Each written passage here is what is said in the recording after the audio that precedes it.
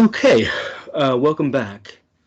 So today, as you can see, we're going to talk about civil rights and its emergence really in the warriors, particularly post World War II.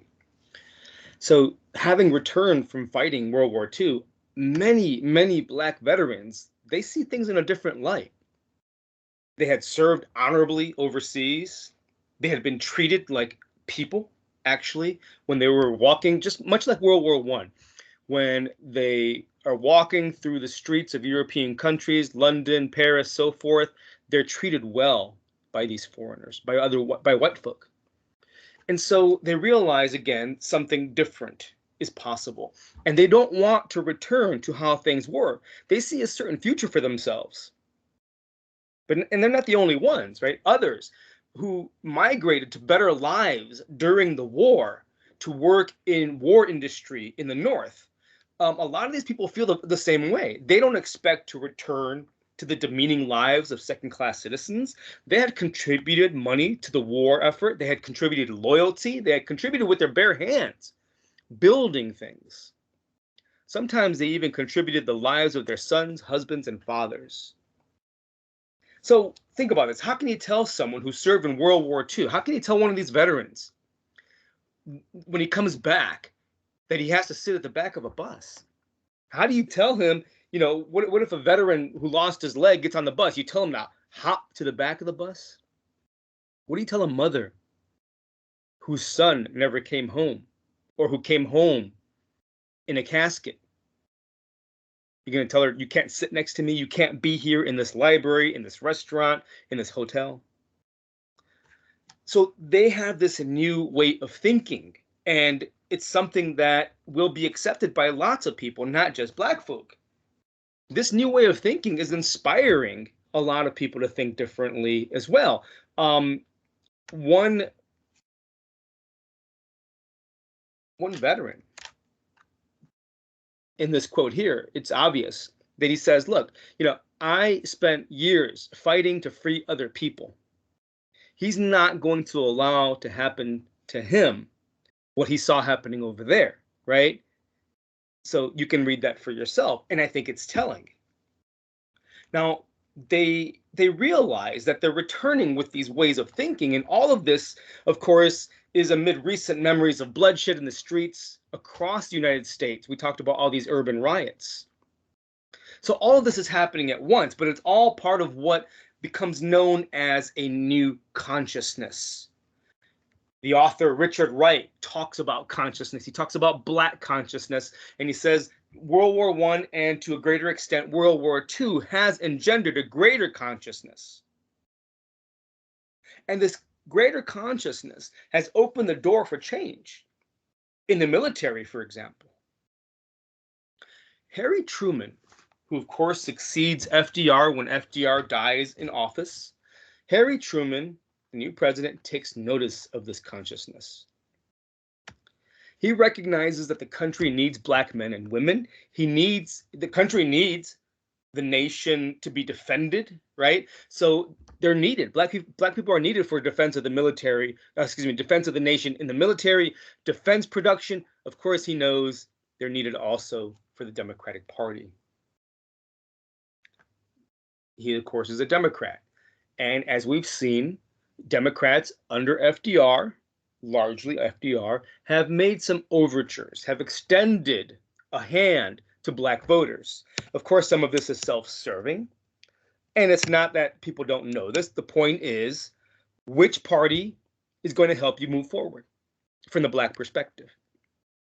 So, in fact, Harry Truman, in his run for president again in 1948, right? Of course, he becomes president, once FDR dies. When he's running for president on his own, he decides that he's going to insert a civil rights plank into his platform for president in his campaign. So he will start to make changes. He's going to seek to make changes, and unfortunately, he's going to have to do it without Congress, because Congress has a bunch of Southerners in it that won't pass any legislation that will benefit white folk.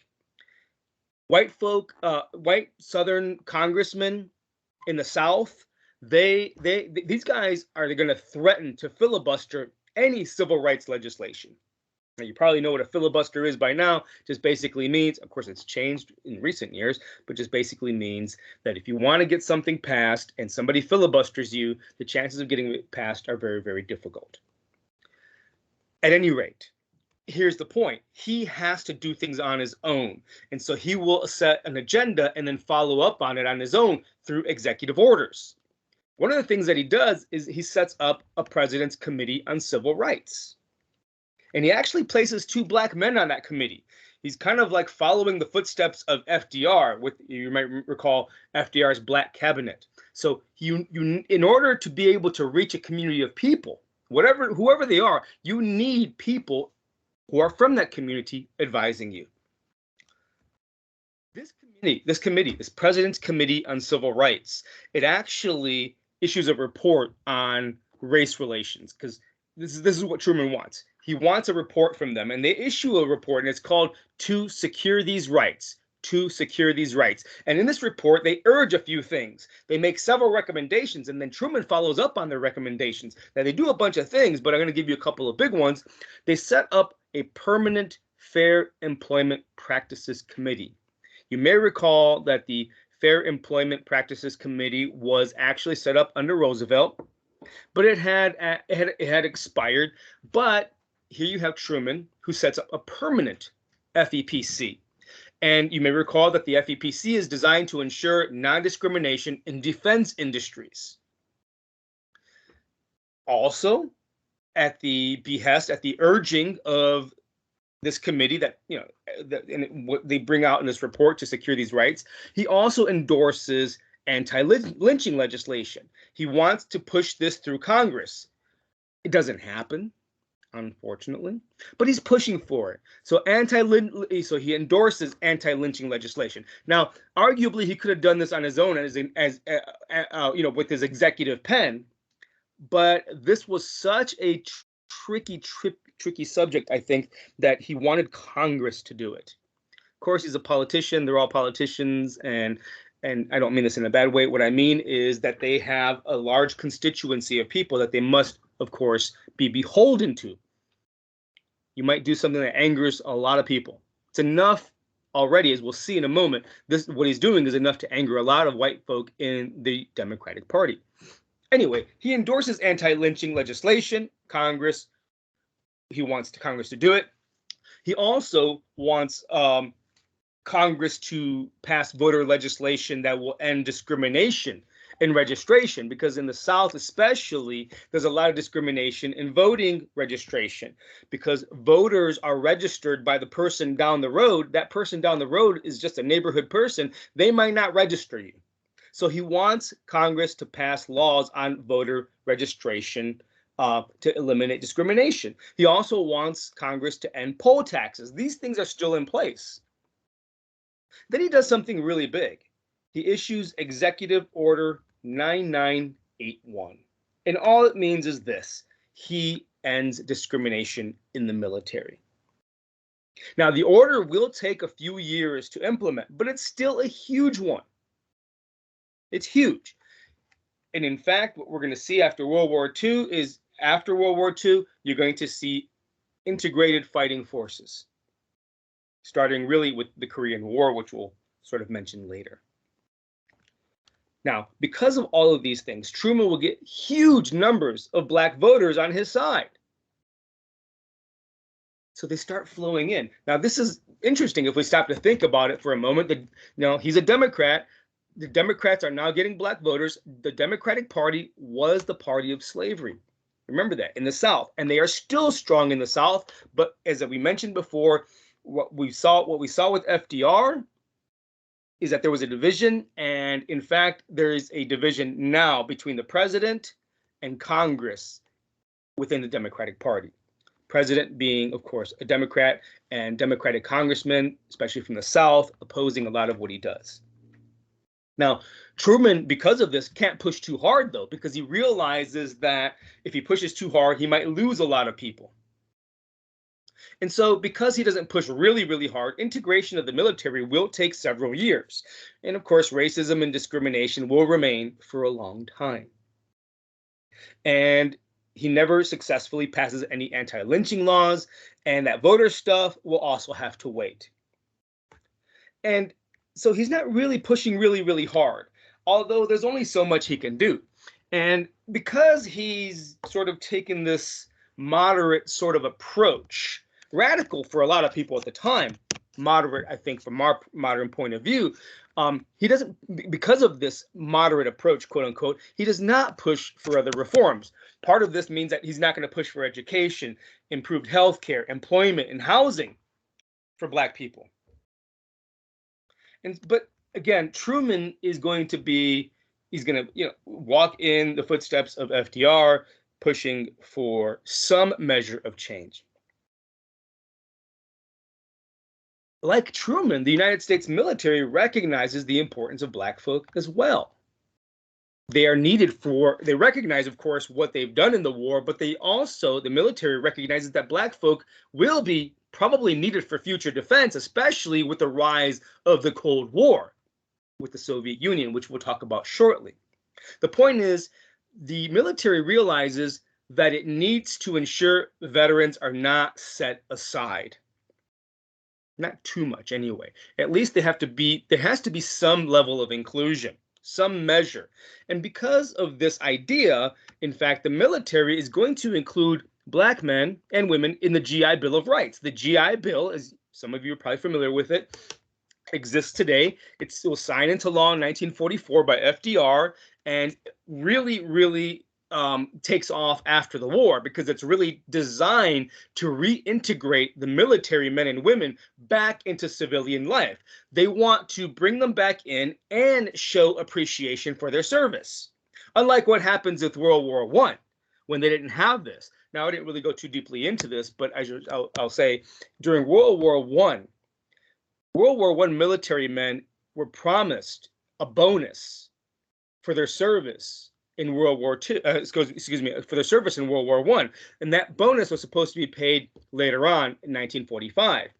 During the Depression, the 1930s, these men, some 10,000 or more, they want their payment at that time because it's the Depression, and they figure, hey, I'll be dead in 10 years in 1945. I need the bonus now. They go and they march on Washington, and they actually occupy Washington, 10,000, maybe 15,000, and mostly white, some Black. The point is that before long, Congress tells them, no, go away. They won't leave. And Herbert Hoover, who was president, of course, at that time, calls in the U.S. military, and they burn these veterans out of their tents. They beat them down. A couple of these veterans get killed by Washington, D.C. police beforehand. Point is, they don't want, meaning the military, another bonus army situation. They want veterans to recognize that they're being taken care of, that they're going to be reintegrated into military life. And so the GI Bill will offer these returning veterans a lot of goodies. It'll offer them things like low interest loans. The government will give you a loan as a veteran for you to start a business, for you to buy a home, even pay for your college education. Now, the bill will have limited effects for Black folk. We're going to come back to that, but it looks promising by the end of the war. So why all this change, right? The things that I've talked about already, also with the GI Bill, why all this change that we're seeing with this new consciousness? And it's because Black men and women served honorably and had shown their worth. We know that the Black Panthers were part of it, the Tuskegee Airmen. And there's another group of men that I want to mention that I didn't mention before, and it has to do with the very famous Battle of the Bulge, which actually is fought toward the end of the war, 1944. I bring it up here because it's important in terms of, well, here, let me just tell you the story, and we'll see if we can kind of flesh out its importance. In 1944, the Allies are advancing through France and pushing back the Nazi forces. They're actually fighting just inside Germany by 1944, hoping to finish the Nazis off. Well, at this battle, subsequently called Battle of the Bulge, the Germans launch a massive counteroffensive. They punch a hole, boom, pushing back the Allied lines. That's why it's called the bulge. It's like you punch a bulge into the other side's lines. They punch a bulge into the Allied lines. They push the Allied forces back into Belgium, killing and capturing thousands of U.S. soldiers. And the U.S. military has to respond. And how does it respond? It drops some 2,500 black volunteers.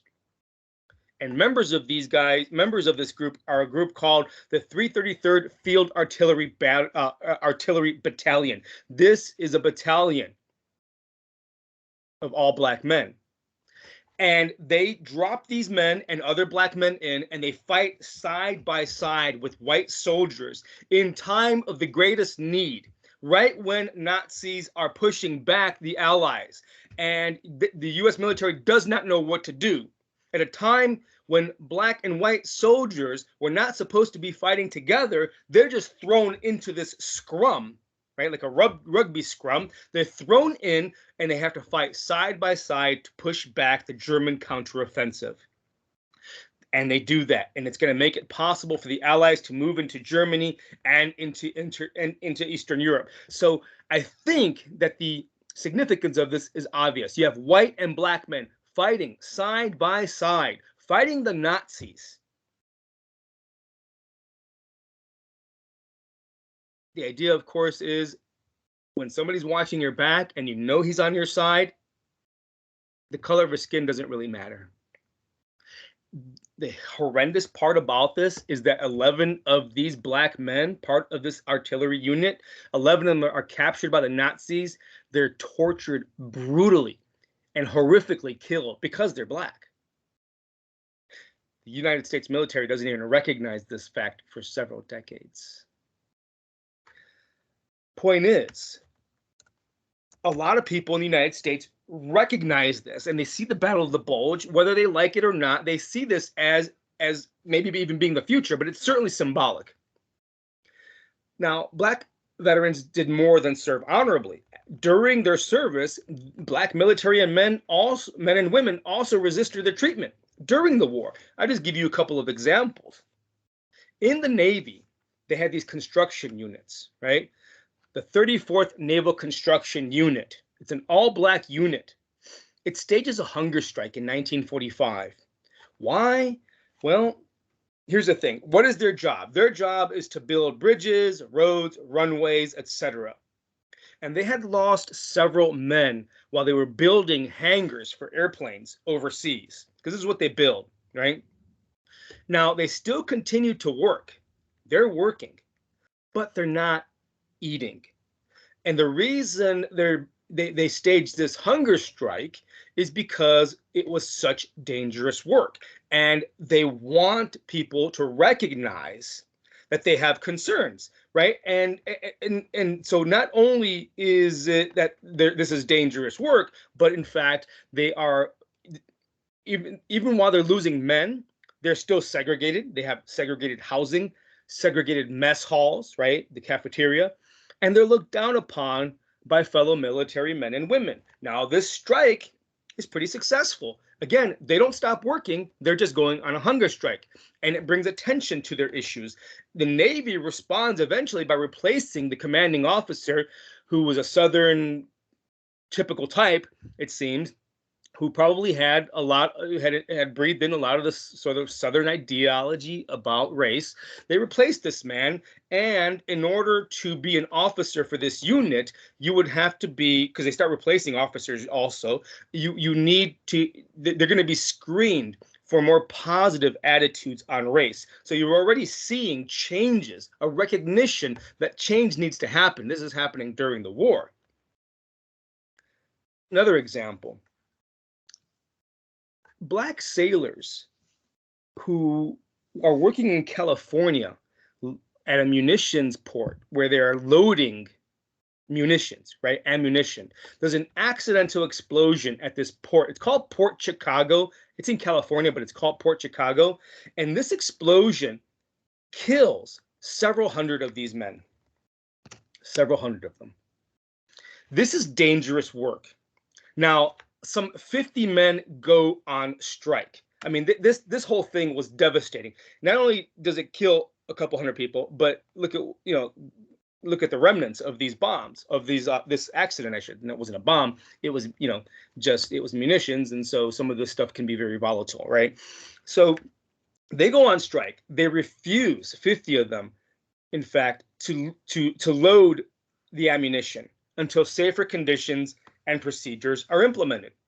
They want it known. They want it recognized that this is not what they were trained for. Yeah, they'll do it, but they're the only ones doing it. They had been trained for combat. Instead, they're relegated to this very dangerous duty. In fact, Black soldiers die at disproportionately high rates, really, in all these wars that we'll see in the 20th century. But they die in disproportionately high rates because they're doing the dangerous work like loading munitions. These soldiers are going to be tried for mutiny, and they're going to be convicted. They're going to become known as the Port Chicago 50. The NAACP intervenes. Nothing happens. Eleanor Roosevelt, remember her? She appeals to the military, and nothing happens. They are convicted, and they're going to be released after the war, and they're going to be given some sea duty actually afterwards. But they're going to sit in jail for quite a long time. In fact, what's interesting is that in the 1990s, the case is investigated, and Bill Clinton, who was president at the time, he will pardon the last remaining living member. I don't know if he pardons anybody else posthumously, right, after their death, but he does pardon the last remaining living member of the Port Chicago 50. Now, even though the intervention by Roosevelt and the NAACP, even though it doesn't really do anything in terms of saving these men from being convicted, it does actually bring attention to the case, and it reveals all the notoriety, all of the press on it, reveals stark, unequal treatment of black men. Afterwards, after this whole Port Chicago incident and the mutiny, a so-called mutiny, black and white units are both going to be assigned to the dangerous work at Port Chicago. It won't be just black men. It will be also white men. And after this, because of the notoriety, because of all the attention that it brings, black men, in fact, will be admitted to the Naval Academy. They'll be separate facilities at the Naval Academy, but they're going to be eliminated as well very, very soon. Point is, black men, let's just think of it this way, after Port Chicago, black men are admitted to the Naval Academy, and separate facilities at the Naval Academy based on race, they're going to be eliminated. You also see this in the Army, and in the Army we have examples also from women. Remember the Women's Army Corps? Well, about 54 WACs go on strike at a place called Fort Devens in Massachusetts. 54 of these WACs refuse to take lesser work. They go on strike because, in fact, even though they had been trained for other things, technical work, they're being asked to clean and do domestic duty and so forth. They refuse to take lesser work. They actually go on strike, and eventually most of them will end the strike, but in fact, 4 of them will not. 4 of them will refuse, and they're going to accept their fate at the court-martial, the military trial, and they are convicted. They're convicted of not following orders, right? Insubordination and some other stuff. The point is, they could get convicted under this court-martial for refusing to work, to go on, because they go on strike, right? Now, the other 50 of them or so, those, of course, don't get court-martialed, but these do. And the point is, they're fighting for their rights. Now, during this whole thing, the black community does apply pressure. The NAACP, black women's groups come in. The soldiers without swords, remember these guys, the newspapermen, they come in and they apply pressure. Eventually, the army drops it. They release the women. And eventually, all 4 of these women are discharged.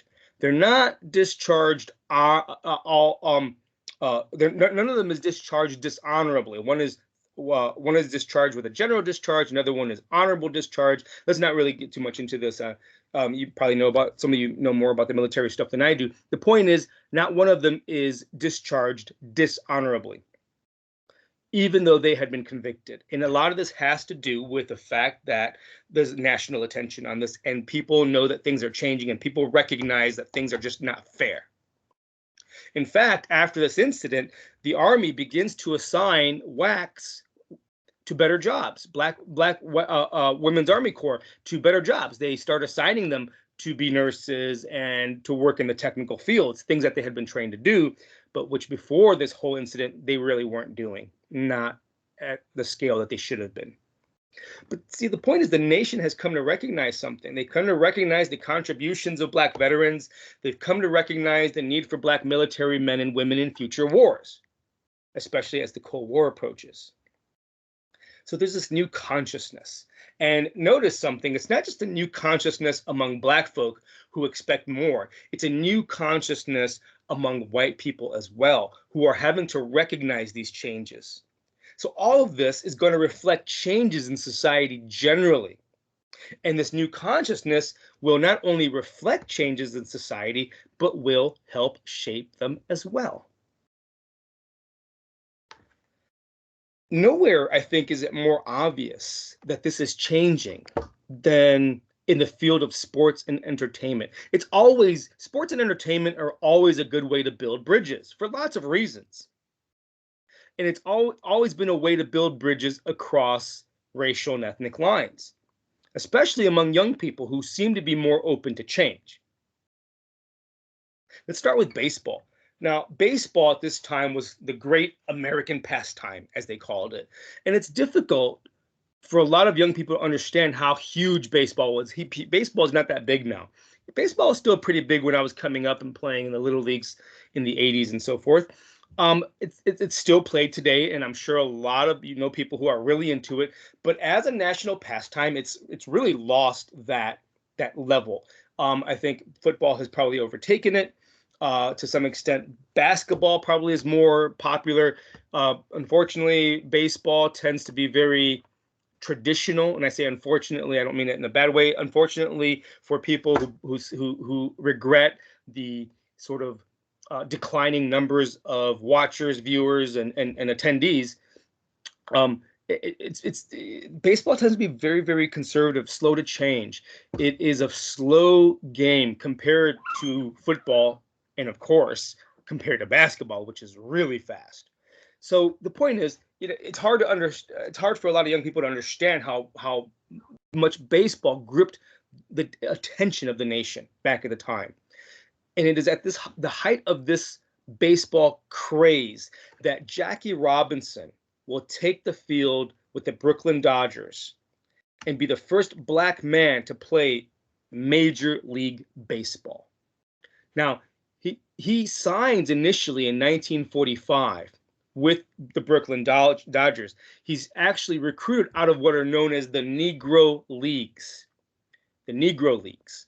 This, of course, is what it sounds like. This is a league with all non-white players, a few Latinos, but mostly Black, right? These Negro Leagues had begun in around 1920, and because Black people of color, were not accepted into Major League Baseball. As you can see, he played for KC, Kansas City. He was a member of the Kansas City Monarchs, by the way. And what happens, of course, is that when he is first signed, it brings a lot of attention to the issue. So much so that he's going to be kept in the minor leagues for a couple of years. He signs in 1945, but he doesn't take the field as a Brooklyn Dodger until about 2 years later. He's got this probationary period in the minor leagues. And for his, the minor leagues are normally a place where baseball players will mature their game, right? Mature as young men and, of course, mature as players. For Jackie Robinson, that wasn't as true. I mean, everybody, of course, deserves. I mean, everybody, of course, needs to practice. But for him, it was not so much that he needed to practice. It was because management wasn't so sure they wanted to bring him in so quickly. They also wanted to see how he would withstand the pressure, because wherever he would go, even as a minor league player, he would get insults. He would get threats of harm and death.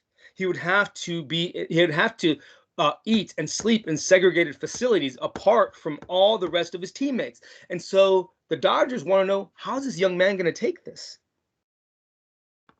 Well, he obviously passes, because in 1947, he takes the field. And by this time, black and white people are cheering him. His story has been circulated. His stoicism, his ability to stand up and take it, his self-respect, all of that had shown through. But of course, think about it for a moment. He alone had to be better than everyone else. Not only does he have to be a great baseball player, he has to actually be a better person than a lot of other people have to be. Or you may frame it a different way, that's fine, but he has to withstand things that others do not have to withstand.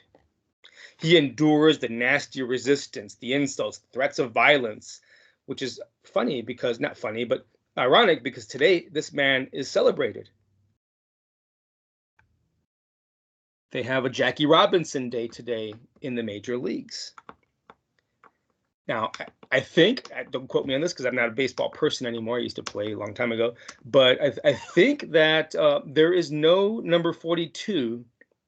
No player in Major League Baseball is allowed to actually wear number 42 now. I think that's true. I could be wrong. I don't know.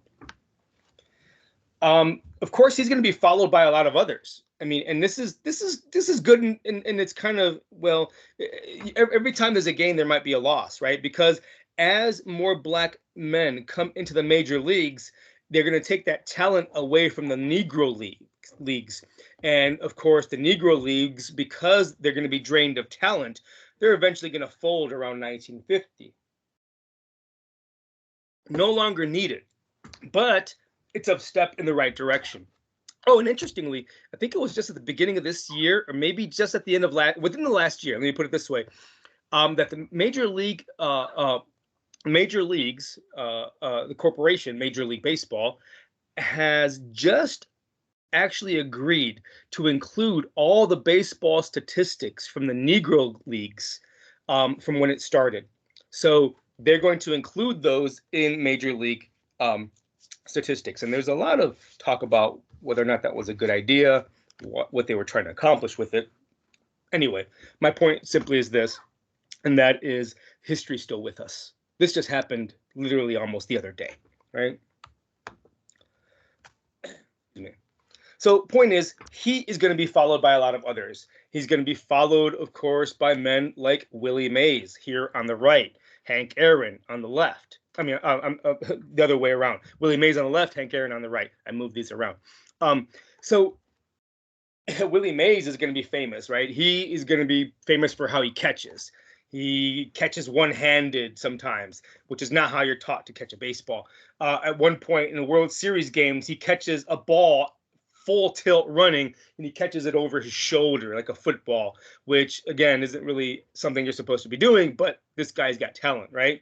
And then of course you got Hank Aaron, hammering Hank Aaron, because he is a hell of a hitter.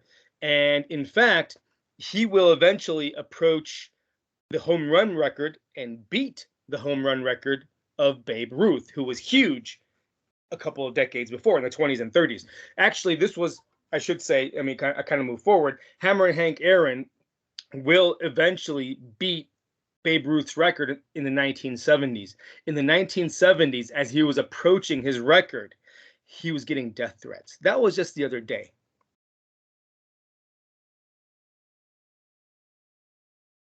'70s. He was getting death threats because he was going to take the home run title away from a white man, Babe Ruth, who, by the way, some people say was black, but we don't know. I'm not sure. But there's a story. Don't quote me on this, but there's these stories that he hid his blackness, that he was passing, but I don't know about that. And I've never seen anything reputable to suggest that, and so maybe it's irresponsible of me even to bring it up. But I find that interesting if it were true. Again, I don't know. But here's the thing. So you see more of these men coming into baseball, and it's not just baseball. Interestingly enough, basketball, the NBA signs its first black player in 1950. Think about that for a moment. Its first black player in 1950. They were all white. The NFL drafts its first black player in like 1949, so right around the same time. But in fact, the first black player doesn't take the field in the NFL until like the 1960s. Again, just the other day. Then, of course, we have Joe Louis. You remember this guy? This guy will actually stand up and fight Max Schmeling in a 1938 bout. He becomes a hero to white people all around the country when he defeats him. White people cheer enthusiastically for him. Here you have, quote, an American fighting a German.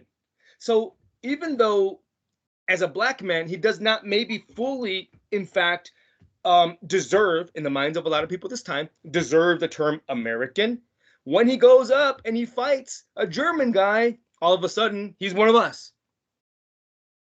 And he fights him in 1938 as the Nazis hold power in Germany. So he gets cheered. Now, he's also acceptable because he does not challenge the status quo. Remember, he supported the war effort. Not only his words, but his personal service, right? We talked about that. Boxing matches, speeches, and these kinds of things. But he's also not Jack Johnson. Remember Jack Johnson from the 1910s? Jack Johnson was running around marrying white women. Joe Louis is not going to do that. In fact, there's a lot of criticism of Joe Louis because a lot of people would say that he was sort of the white man's Negro. What you think about that, I don't know. Point is, he recognized that there's if he was going to be successful, if the country was going to appreciate him, that he could not be a radical. Does that mean that he was somebody other than he was, than he really was? I don't know. Was it something he struggled with? I don't know.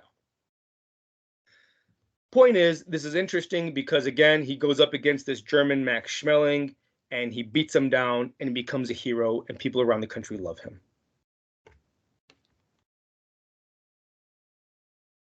Another place that we see things changing a little bit, but not much, is Hollywood. Now, most black actors are typecast, right? Ever since the movie started in the early 20s and all that, the women are going to be crafted or cast as mammies, right? This mammy figure, as you see here. Men, they're often, they're cast as tap dancing, bug-eyed buffoons. And that's really going to be the case for a very long time. Even into the 1960s and 70s, you're going to see films that are called black exploitation, like a term like black and exploitation put together, black exploitation. I hope we cover that. We'll see. But this lasts for a very long time, right? And it's only in the last couple of decades that you see, particularly in the 90s, it started to change. I think dramatically, black leading men and so forth, Wesley Snipes and these kinds of people. Denzel Washington in the 90s. But anyway, back still in the 1940s, it's going to be very, very hard to break in as a black person. There's kind of an exception. There's a woman named Lena Horne. She actually gets small roles in major films, and she's not a stereotype like the mammy figure. Now, you look at her, right? She looks very, very light-skinned. So there's a difference, I think, in a sense, between this and this, right? And so these images, I should say. And so it's maybe easier to accept her. In fact, her agents, I think, told her to try to pass, maybe not necessarily as white, but sort of as some foreigner, maybe a Latina person, right? And I don't know how that would have flown because, in fact, there were a lot of Latino actors and actresses at this time who passed for white, who could not use their actual real names. Rita Hayworth, a very famous woman in the 1940s, 50s, actress. She was actually of Spanish, I think Mexican descent. I could be wrong, but Latina descent somehow. And she passed as white. So I don't know that would have worked for her. But the point is, when it is suggested to her that she try to pass, she says no, right? That she's going to be who she is. The thing about this is that even though she's not stereotyped, she has very few spoken lines in these movies, and she is in fact really only typecast as a singer. Maybe as a lounge singer, she gets a very few lines, but she's not the mammy character. And actually, when her movies are her movies largely are not shown in the South. When they are shown in the South, her scene is actually cut out because Southerners do not want to watch a black character that does not fit the stereotypical notions of black people. They cut her scenes out or don't show the movie at all. Now, if you look at her today, today she would be one of these bombshell actresses, probably. Then, of course, we have music greats like Dizzy Gillespie, who is a very famous jazz musician. A lot of white people go and watch him actually play. And this guy's cheeks always amazed me, right? I mean, it's crazy. So what we have here is changing culture, right? This is popular culture. And if popular culture is reflecting change, then that means that change is going to happen in other ways as well. And all of these different streams of change are pointing to this new consciousness and really flowing from this new consciousness, sort of a circle of sorts that's reinforcing itself. And you have, as I said, the military, you have sports, you have entertainment, but of course you have black voters. Voters in the South, even, are going to, black people, I should say, even in the South, are going to vote in higher numbers. Nearly 3 times the increase, or 3 times the number of voters, actually, from the beginning of the war to the end of the war. It's like not even close. So black people are voting in increasing numbers, even in the South, despite the obstacles, despite the legal obstacles, right? The poll taxes, the literacy tests, the non-registration, despite the brutal violence. Despite what we have to actually be, we have to be honest about, this was white terrorism on black people in the South. So black people are participating in the process. They're filing complaints. Not only are they voting, but they're filing complaints and testifying when they are in fact kept from voting. So any efforts to keep them from voting, they're going to push back against. But of course, this new consciousness is going to inspire further backlash. It's going to inspire lots of anxiety. A lot of white people recognize the contributions of black people, people of color, and women generally. Yes, they recognize change is happening. They recognize that people of color generally are demanding change, and many of them don't like it. Many of them wonder whether they can make peace with it. Others, especially in the South, will dig in their heels. They cannot accept change. In fact, when Truman implements his whole civil rights agenda, when he's running for president during his 1948 campaign, which was designed to get him black votes, but also recognize contributions, well, when he does this, many Southern Democrats leave the Democratic Party. And in fact, they set up their own candidate for president under a new branch of the Democratic Party, called the Dixiecrats, also sometimes known as the States' Rights Party.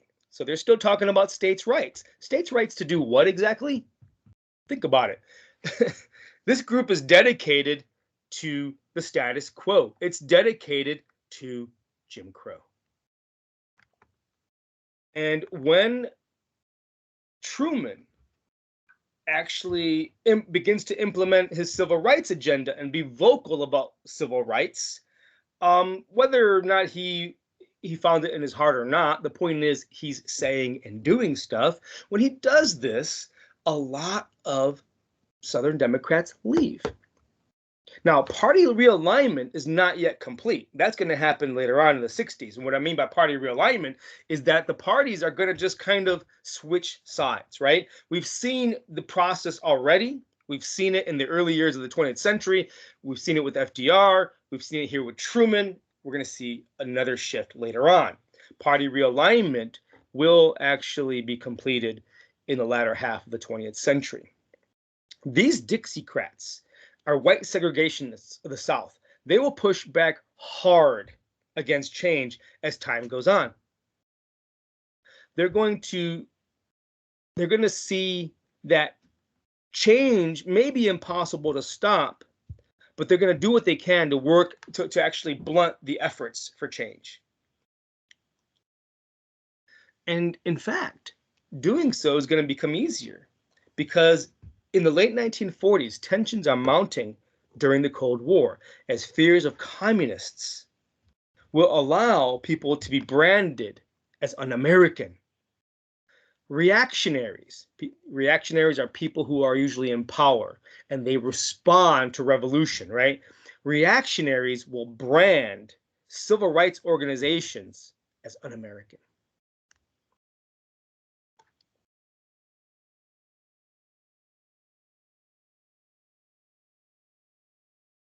There will be promising change. We know that. But because of the Cold War, this promising change is going to be stalled and in some instances reversed by the Cold War. Let's look at the Cold War a little bit so we know what we're talking about. You probably know this already, but it's worth going over. Now, the Cold War we know emerges during World War II. Some people would say maybe even earlier. The point is, World War II surely is a major turning point. And it's because World War II has reshaped the world. It has redrawn the maps, right? New countries have been formed, old countries have fallen, and of course, it leaves us with two superpowers in charge, the United States and the USSR, the Soviet Union. Now, during World War II, these people, these nations, I should say, were on the same side. The Soviet Union and the United States were both part of the Allies. But once the war was over, right? And of course, we know that the Soviets have been communists since like 1922. They've been the Soviet Union since 22. They had the Bolshevik Revolution, the Communist Revolution in 1917. But anyway, for all that time, they were communistic, but they were our friends. And it was about need, necessity, right? But once the war is over, these two superpowers will divide the world in half. They will divide the world along ideological lines, belief systems, and economic lines. Money. On the one hand, you're going to have communism with its ideas of shared wealth, distribution of wealth, no private property. And then on the other hand, you're going to have capitalism with its ideas of private property and no government interference. So you can have communism versus capitalism. And by the way, capitalism does not necessarily equal democracy, so don't get those twisted, okay? And communism doesn't necessarily mean totalitarianism. But in people's minds, this is what they're thinking. Communism, totalitarianism, capitalism, and democracy. But they're separate. So let me just kind of go back. So you have communism versus capitalism. These are two economic systems, right? But then you have, of course, totalitarianism, where you have a government that runs the country versus democracy, where supposedly the people run the country.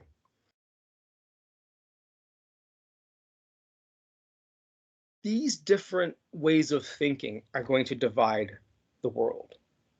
On the one hand, you're going to have Joseph Stalin at the head of the Soviet Union, who he's going to have fears after World War II that the United States actually wants to overthrow his government. And the war has, in fact, given him reason to fear that. There's a whole history of U.S. intervention around the world and U.S. Criticism of communism by this time. So by the time the World War is over, Joseph Stalin fears that the United States and Western powers want to overthrow his government. In fact, the United States tried to do that, try to overthrow the communist government in like 1918, by the way. So the point is this: there's history of this, of U.S. intervention around the world and U.S. intervention in Russia in the early decades, and continuing strident criticism of communism by U.S. leaders. So Stalin because he has this fear, he wants to create buffer states around his country. So when World War II is settled, a bunch of new countries are created, and he actually has them created right around his periphery, right on his borders, because he wants to keep the West away. And at the same time that he's creating and occupying, or at least controlling, these buffer states, he's trying to recruit other nations to the cause of the working man, meaning communism. Now, he doesn't seek to invade all of Europe, but you can't tell the United States that. You can't tell the West that. In fact, Truman and subsequent presidents, they're convinced that's exactly what Stalin wants. That's exactly what the Soviets want, that they want to push into Western Europe, that they want to spread communism around the globe via force. Well, they do have some reason to fear. The Soviets during World War II have captured a lot of territory, and they control it.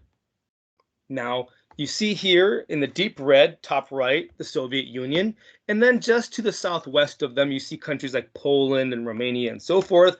These countries are satellite states, satellite countries that are going to be within the sphere of influence of the Soviet Union.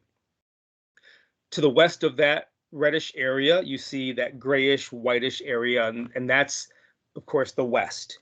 And along that line between red and the pale colors there is what becomes known as the Iron Curtain. The Iron Curtain is what Winston Churchill calls it. He says an Iron Curtain has fallen across Eastern Europe. Point is, the Soviet Union had actually captured this territory during World War II and still controls it, even though new countries have actually been established out of this territory that was once occupied by the Soviet Union. This territory is actually within the control of the Soviets still. Now, what's interesting is that there's a bit of irony here, because the Allies, including FDR, had really left the Soviet Union to do just that. For a long time during the war, Stalin had kept saying to FDR, we need you to actually land on the western coast in France. They eventually do in 1944, right? That's going to be the Battle at Normandy, right? The storming of the beaches and so forth. But for a long time, remember, the United States enters the war in 41, and it isn't until 44 that we go full force in France. In the meantime, Stalin kept saying to Churchill and to FDR, you guys, I need your help on this front over here. I need you. I'm pushing toward the west. I need you to invade France and push toward the east. And the Allies kept stalling, at least England and the United States did. And the result of that is, of course, that the Soviet Union is able to spread westward into Eastern Europe, these territories of East Germany, Poland, and Yugoslavia, and all that. Now, the reason that they did that FDR and really mostly FDR, the reason they stalled is because there were some tactical things, but really the Soviet Union actually got bled by the German military. The German military actually kills more Soviet soldiers than any other number of soldiers from any country, maybe even combined. That's how many they killed. And the thing about it is that we knew that would happen. So we let the Soviets push westward. They took the brunt of the Nazi war machine, because we also by this time understood that the Soviet Union would be a rising power. Why not let the Germans weaken themselves? We waited. That allowed the Soviet Union to push into Eastern Europe. Now, if you think about, just to interject this for a moment, if you think about the major contributions of the major powers during World War II, England provides intelligence and code breaking. If you've ever seen, what was the name of that movie about Alan Turing? The Imitation Game. It's also a book. If you've ever seen that movie, if you haven't, you need to watch it. But the British supplied code breaking and intelligence. The United States provided industry and weaponry. The Soviet Union provided blood. they're the ones that bled the most. Now, all armies bled, of course, but if we're talking about the major contributions of each, these are they. So they have spread westward. Also, they have spread eastward. They helped free China from Japan and eventually threaten Japan itself. All of this was done under Allied treaties. During the war, it was agreed that the Soviet Union would push eastward against the Japanese. Oh, by the way, one of the reasons, probably the main reason we dropped the bombs in Hiroshima and Nagasaki is that we could not allow Asia to fall to the Soviet Union, particularly Japan. We had to get there first because we had already agreed with the Soviets that they should actually attack the Japanese in Asia. We know that that they would not have actually retreated too far.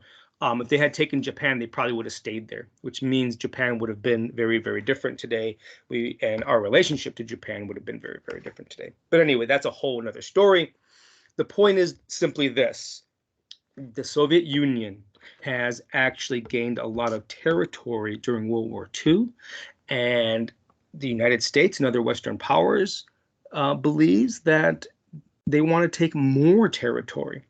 And they have some reason to believe this, right? Because Stalin actually is brutally oppressing all political opposition, anybody who questions him inside his government, right? Also the people. I mean, they're killing people. He's also, of course, he's got these satellite nations, Poland and these other nations. He's got them under his thumb. And he's talking about exporting communism. And of course, the Western powers fear that he wants to do it by force. Notice that each side is afraid of the other. Also, by now, it's thought that the Soviet Union is building their own nuclear weapons, and it turns out they were. At the same time that all this is happening, communist movements are strong around the world. You have communist movements in these red areas here, right? You see them in France, in Greece, in Czechoslovakia, Vietnam, Korea. In fact, in 1949, China will go red. China goes communist in 1949. So by 1949, 1950, it is believed that every, quote, red-blooded American must be vigilant against communism, must fight it wherever it might exist. It is incumbent, it is the responsibility of the nation and of everyone living within it to do this and to feel this way. To keep, in fact, the dominoes from falling. This idea of the Cold War, the domino theory, is this idea that if one country, China already fell, and China might be the first domino. Excuse me. But you have to keep the others from falling. And so the idea is that if another domino falls, it will knock down all the other countries, especially in Asia, as you can see here. And of course, you got the USSR sort of doing the tipping. Now, to keep these dominoes from falling, so goes the domino theory, right? To keep these dominoes from falling, the United States implements a policy of containment. Soon it will be a policy of rollback. But this policy of containment is the idea that communism must be kept from spreading. We must keep the Soviet Union from spreading it. That's how it starts. But very, very early on, it morphs into rollback. Not only must we contain communism, but wherever it is, we must roll it back. So whenever we believe that there is a communist element anywhere in the world, we have to go there and push it out. And so think about this for a moment. We're going to intervene in all kinds of places around the world where we believe that communism threatens any nation, and this is actually built into what becomes known as the Truman Doctrine. The Truman Doctrine. The Truman Doctrine basically says this is what we're going to do. Wherever communism threatens people, we are there. And that means we're going to get involved in all kinds of wars around the world because of this. to get involved in Korea. We're going to get involved in Vietnam. We're going to get involved in the Middle East, especially Israel. And so the idea of the fact of this whole Cold War mentality is that people have to stop communism where it is and push it back, make it small enough to drown inside a bathtub. Because of these strong fears, both nations are going to, and they're feeling threatened by the other, they're both going to try to influence other countries. They're both going to try to reach out around the world.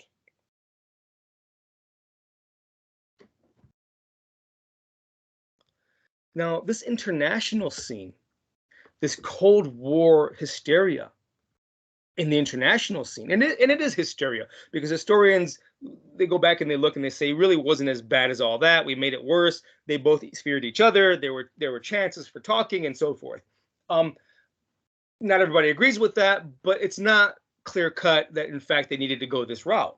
Now, this Cold War hysteria stokes domestic fears about traders in armaments. So within the United States, people are afraid. They fear that U.S. citizens might be working with the Soviet Union, that they might be commies, right? That they might be communist sympathizers. If you sympathize with communist thinking, then you're going to be called a simp, S-Y-M-P, right? Communist simp, right? You're a sympathizer with those people. And you might be called a pinko because, well, let me back up a little. If you're a communist, you're called a red. So if you're a communist, you're red. If you're a communist sympathizer, someone who kind of likes these people or believes in their ideas, you're not fully red, you're pink. So you're a pinko commie. So these fears are not wholly unfounded. These fears about citizens working with and sympathizing with the Soviets. There are, in fact, in the 1940s and 50s, some high-ranking U.S. officials found to be working with the Soviet Union. Now, that is true, but the hysteria is much greater than that, and it's going to be so great that it's going to be used for social control, and it's going to be used to control civil rights groups who will be branded communistic, because this will become a convenient label to use against them. This fear of communism is going to result in the creation of special congressional committees that are designed to actually root out these simps, these pinkos, these commies. What altogether would probably be called subversives. A subversive is someone who tries to undermine, to subvert the, quote, American way, whatever that is. You're going to have committees like HUAC. You're going to have committees like the Senate Permanent Subcommittee on Investigations, which is actually run by a guy named Senator Joe McCarthy. Now, very often, HUAC, the House Un-American Activities Committee, is very often talked about in the same breath as McCarthy, but McCarthy was a senator. He had his own committee. HUAC was certainly influential and certainly very powerful, but it was Senator McCarthy who will, in fact, be the ultimate red baiter. What do I mean by this? He calls out people as communists. He calls out people as subversives. He claims that there are more than 200 communists in the State Department working at this time in the 1940s. He says, he even has this list. He's speaking before a congressional committee, a Senate committee, and he holds up a sheet of paper and he says, I have here the list of 205 names that are known communists working in our government. Now, when people say, well, let me see it, he's like, no, right? It was all, it was a lie, when you put it that way. But he says, our government is infiltrated by communists. Does this sound familiar to any of you? In recent years, we've heard a lot of talk about the deep state, the deep state. I listen to a lot of conservative talk radio, as I've mentioned before, and they talk about the deep state as though it is real. And so my point is simply that this stuff just doesn't go away.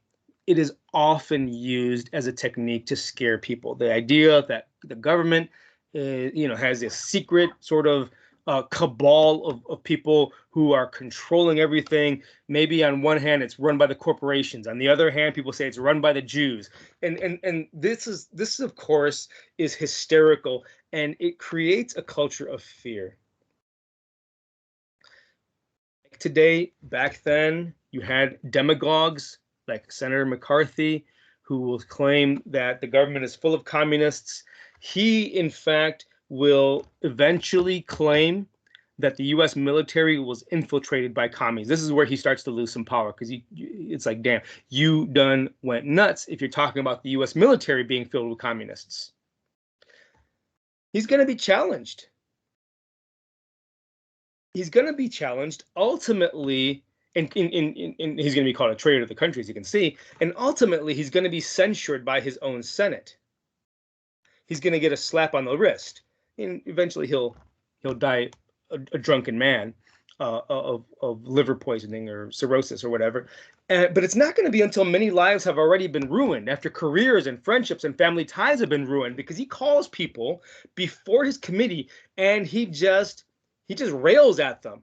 And the famous lines that come out of these committee meetings are you now or have you ever been a member of the Communist Party? Or are you now or have you ever been a friend of someone who was a member of the Communist Party? What they try to do is to get you to name names, to rat out the other guy. And here's the thing. Once you get called before one of these committees, everybody assumes you're guilty anyway. And so careers are ruined, friendships are ruined, family ties are ruined.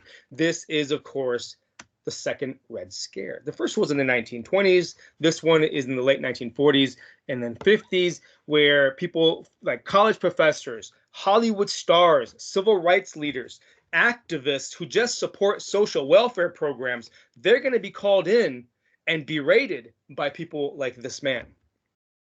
And and I mentioned people who support social welfare programs. Think about this for just a moment.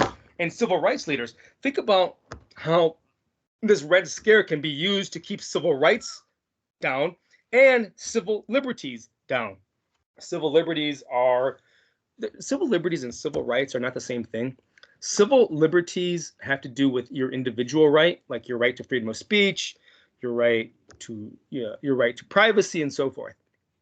Civil rights has to do with equality in the face of government, equality in rights. So you might have the right to freedom of speech, but the guy next to you might not have it. That's a civil rights issue. If nobody has a freedom of speech, that's a civil liberties issue. Anyway, don't break your head on it too hard. The point is this. Civil rights, this idea of equality, will take a hit during the second Red Scare. Also, ideas of civil liberties will take a hit because you can't speak. You can't speak and say things like, hey, those commies aren't too bad, because you can get in trouble for that. And even social change will take a hit. For example, during Truman's administration, Truman wants to actually push through universal health care. He wanted all of us to have universal health care. But it's killed because the American Medical Association at the time started calling his plan socialized medicine. You might have heard of that before. I think you probably have. Socialized medicine. You hear that when, people talk about Obamacare, or when you talk about Bernie's plan for healthcare and so forth. All of a sudden, people trot out the word socialism. There's nothing new here. So this is the second Red Scare, and it is tied, of course, to the Cold War generally. And there's going to be a lot of pushback. Now, the pushback is going to begin at the top. It's going to begin with Truman himself. Interestingly enough, the guy who is pushing for civil rights and so forth is going to be the same guy that's going to put in place policies and programs that will, in fact, silence a lot of people who were fighting for civil rights. So in 1947, he actually implements a loyalty program in the federal government. Employees must sign a loyalty oath. You must actually disclaim, meaning deny, a member or that you sympathize with the ideas of communists or any other so-called subversives. At this point, if you were gay, you were considered a subversive. If you were someone who wanted equal rights for Black people, you were considered a subversive. That's how broadly this is going to be interpreted. Now, he implements this loyalty program, and this program is in fact going to be made official by Congress. In 1950, just a couple years after he puts in place the loyalty program in the federal government, Congress passes the McCarran Internal Security Act. And this act is an act really of surveillance of sorts. It implements a loyalty review board throughout the federal government. And these review boards will scrutinize, will examine your loyalty to the United States. If you're found disloyal, you will be put in prison or maybe deported. And disloyalty is defined very broadly. Again, even if you have some sympathy for any idea of these movements like communism or socialism, universal health care perhaps, you're going to be thought to be subversive of American, quote, interests and ideals. And you have to understand that this act threatens freedoms, because this is how it works. So they have these loyalty review boards, right? Okay, the Attorney General of the United States himself can brand any organization he wants as communistic. If he believes that you are subversive to the United States, he will brand you as communistic. If you are branded, if your organization is branded as communistic, you will have to register with the government, with the Justice Department to be exact, but the government. You have to register with the Justice Department. You have to give the government info on your membership, on who gives you money. So your members, who comes to your meetings, who gives you money, your funding, and your activities. What are you doing? Are you supporting this candidate or that candidate? Do you support socialists? Are you a part of this group over here? And so it's going to be really restrictive. Think about what this means for the First Amendment, the right to assemble. You cannot join a political group that is branded subversive because you'll get in trouble. You cannot engage in freedom of speech by saying something like those commies aren't so bad. Can't do that. So your freedom of speech is in fact going to be hindered. Now, when this thing actually goes before Truman, he vetoes it because he thinks it's way too far. He thinks, no, this is harmful of civil liberties. But Congress overrides him. They override his veto. Even though Truman vetoes it, and even though civil liberties groups oppose it, Congress passes it. And so now Congress has put its stamp of approval on surveillance of any organization deemed subversive. What does that mean? Witch hunts are coming. Real witch hunts, not the kind that Trump talked about. Real witch hunts. And I don't really mean the ones that, happened in Salem back in 1696 or whatever it was. Those lives are really going to be scrutinized, and people will lose a lot of what they have. They'll lose jobs and so forth. And again, to get back to our point, the emerging anti-communist hysteria of the late 1940s is going to right away make it difficult for civil rights organizations to push for change for Black rights. When this McCarran Act is actually passed in 1950, the Attorney General, because he's got the authority to do that under Congress right now, the Attorney General publishes this list of subversive organizations, and 9 of them are civil rights organizations. I'll give you some examples. The National Negro Congress, the NNC, you might remember that from a couple of lectures ago, founded in 1936. The Southern Negro Youth Congress, that's the group you may remember had actually splintered off of the NNC. These were young people. Notice these are radical young groups. The NAACP is not named in this list, but it's still accused of maybe having communist infiltrators, and so they better watch themselves. The National Negro Congress and the Southern Negro Youth Congress, these people are more radical. They want more change more quickly. They're more in your face, and they're more likely to run afoul of the Attorney General's pen, so to speak. And so the Attorney General brands these subversive. And it's going to be very easy for a lot of white observers to say, yeah, that makes sense to me.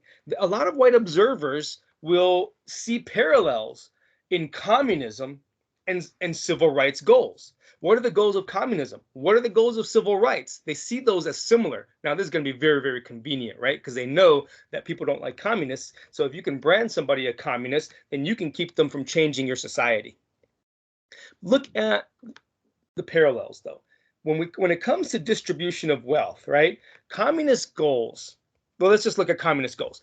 The communist goals, whether they are real or just spoken, they talk about government distribution of wealth to the masses, right? They talk about having no private property. The communists talk about equality, regardless of sex and race. Well, a lot of people say, well, that sounds like the civil rights people, because the civil rights people, they want government distribution of benefits to the masses. They want equal employment. They want this benefit of this. This is a wealth. Employment is, of course, a way to get wealth. So if you want Black people to, in fact, be equal in employment, you want the wealth spread to them. You want housing spread to them. You want healthcare and education spread to them. That is a distribution of benefits. That sounds like distribution of wealth to the masses. The civil rights groups also want private property open to the public. They believe they should be able to walk into a restaurant. They believe they should be able to walk into a hotel and order a room, for the night. Or be on any bus line that they want. So for a lot of conservatives, they say, well, I should be able to, that's an attack on private property. If I don't want you in my restaurant, I don't have to have you, and the government shouldn't tell me what to do. So a lot of people say, well, the civil rights goal of opening private property to the general public is like communistic, because it's taking away the right to property, my pure right to property. And of course, civil rights organizations want equality. They want political equality. They want economic equality. At least they want government to take steps to bring Black people into, quote, American life. Now, again, for a lot of people, these look like communistic goals. You're talking about distributing wealth. You're talking about, I can't do whatever I want with my property. You're talking about equality. And so even though it's a stretch, and even though there are major differences, obviously, for the minds of people who think this way, they're not going to be swayed by argument and nuance. They're going to just jump to this automatically. Now, I listen to people like Michael Savage and Ben Shapiro all the time, and a lot of things that they say, they actually make very similar comparisons like this. And I'm not talking about communism and civil rights. What I'm saying is that they make comparisons that are tenuous, that are not really comparisons at all. But anyway, I digress. So for a lot of people in the United States, civil rights efforts are going to be seen as anathema to private property. Anathema just means that it goes totally against private property. So conservatives had for a very long time made property arguments to keep their status. Conservatives had often said, the Fifth Amendment gives me a right to property, and the 10th Amendment gives the states rights. Therefore, this is what I'm going to hang my hat on. They cannot abide the idea of government interference in property or states' rights. They believe that government interference with any of this is communism. Communism, government interference. Civil rights, government interference. When the government comes in and tells me I cannot segregate somebody out, or I have to sit next to them on the bus, government interference. So they blend these issues together in a very weird way, and it's kind of, I know this is kind of difficult to sort of piece together. Maybe I'm not explaining it correctly, but I do think that it's kind of difficult to sort of have this mindset, because it doesn't make sense to a lot of people, but it does make sense to a lot of others. A lot of people in the 50s, they do earnestly believe that civil rights threatens their way of life. It threatens their private property. It threatens, really, I'll tell you what it really threatens, their social standing. It threatens equality. It threatens a lack of distinction between people.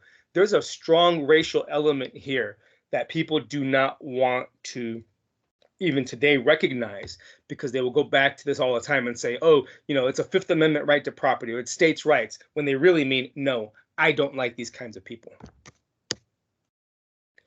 Point is, all of this way of thinking is going to lead to the targeting of civil rights leaders.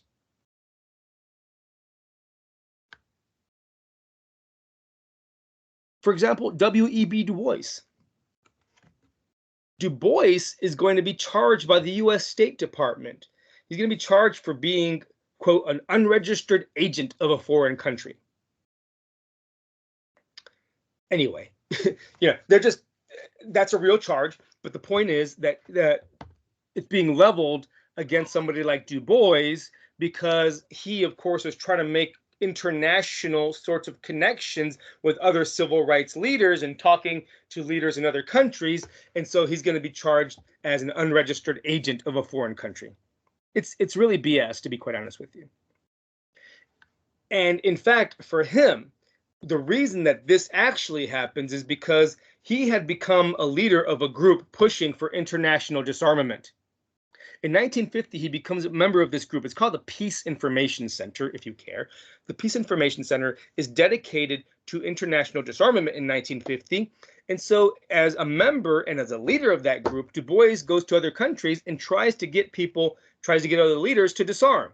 So now, if you are someone who wants peace, if you're someone who opposes war, all of a sudden you are subversive. Langston Hughes, remember him? This guy, this poet, is called before McCarthy's committee, his Senate committee. Remember, not HUAC. He's called before the Senate committee. And he's going to be questioned by a guy named Roy Cohn. Now, Cohn is the guy that has taught McCarthy how to be McCarthy. Roy Cohn is the guy who taught McCarthy to be a bulldog in front of, as he's questioning people. And he's taught McCarthy a few things. He said to McCarthy, never apologize, never admit defeat. When the sun is shining, you say it's nighttime. When it's nighttime, you say the sun is shining. So basically, this man, Roy Cohn, creates McCarthy in his own image. Roy Cohn is like this. Never apologizes for anything. Will never admit defeat. And makes up his own stuff as he goes. Now, this may be familiar to some of you. And I realize we're getting into the political with this. But it can't really be helped because the similarities and the connections are just so important. Roy Cohn, who taught McCarthy how to be McCarthy, and McCarthy is the ultimate red baiter. McCarthy never apologized, never admitted defeat, and always lied, and just manipulated the truth for himself. Well, guess what? Roy Cohn is this guy's mentor. Just saying.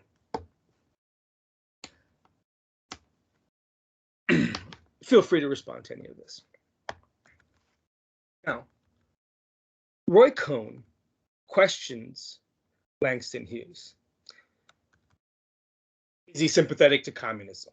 Because, as Roy Cohn points out, Langston Hughes his writing suggests that he was sympathetic to communism. Now, Hughes denies it.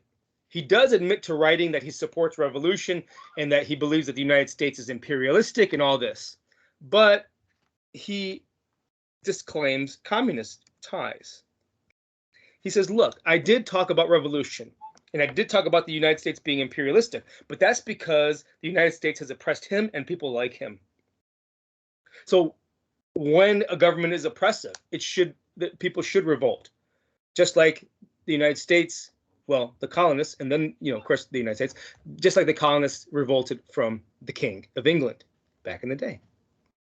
So he says, I said these things, but it came from a point of oppression. I love this country. I love this country that does not love me back, is basically what he says. He is ultimately acquitted, meaning found not guilty, but he does have his passport taken from him for years. And others suffer similar treatment. Deported, fined, lives ruined, right? And so everybody is afraid of going before people like Roy Cohn or McCarthy or HUAC. Even white liberals and activists who were on the side of a lot of civil rights action, they're going to be drawn into this. And they're going to believe, just like a lot of people believe, that people must prove their anti-communism. Even civil rights leaders must prove their anti-communism. White liberals will encourage everyone to be forthcoming patriots, whether you are white or black or whatever you're thinking. If you're either with us or you're against us, we need you to prove that you're with us. This is how much people fear communism. Even these so-called liberals, right, are saying civil rights organizations, they must prove that they're not communist. Notice they're finding there's a similarity here, right? There's a sort of similarity between them and white segregationists now.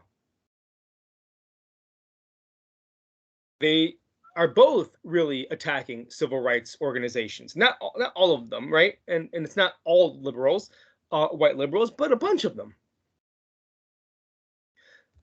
The fact is that most white people simply fear, and they fear the future, and they don't know what to think, and they get fed misinformation, much as people do generally today.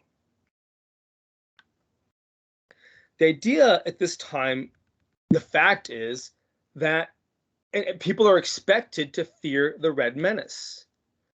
If you don't, you might just be one of them, right? So if you don't say you're afraid of these guys, you might be one of these guys, because everybody should be afraid of these guys. So you must fear the red menace. You must fear being called communist. And in fearing that you will be called communist, you must pretend, in fact, to be over the top against communism, the red menace. Even Hollywood begins working with the government in the 1940s and 50s. They start making movies like I Married a Communist, How to Spot a Communist. Because of all this, anti-communism is going to hamper the civil rights movement. Everyone is going to be afraid to be red-baited. Black and white people are afraid to be targeted as subversive. And in fact, some people who fight for civil rights are going to be. For example, they're going to be targeted and blacklisted. It just means your name goes on a list somewhere, and people won't hire you if you are accused of being a subversive. Just give you a couple examples. In Chicago, there was this I think it was a woman, maybe not. Let's say it was the head of the housing authority in Chicago, is called a communist. Why? Because this person wanted to integrate the housing public. The public housing in Chicago. This person is called a communist because this person wanted to integrate public housing. Another example, in New York City, a black judge is not reappointed to the bench. He will not be made a judge again because he had been vocal in his support for civil rights. You're going to have entertainers who are blacklisted just because they want to promote the continuing integration of baseball, or that they talk about civil rights in a positive way. So you're going to see a lot of people just losing everything they have. And all of this is going to mean that people who used to make common cause with civil rights folk are going to push back. They're going to pull away from the movement and then push back against it. For example, unions. Unions are going to become more conservative during this Red Scare. Remember, union goals are about distribution of wealth, right? They're about distribution of goods. The union wants better wages and better working conditions for the working man, and therefore that looks communistic to some people. So they have to be very careful. It's one reason that you don't really see unions in the South too often. And in the South, you see unions have a really bad name.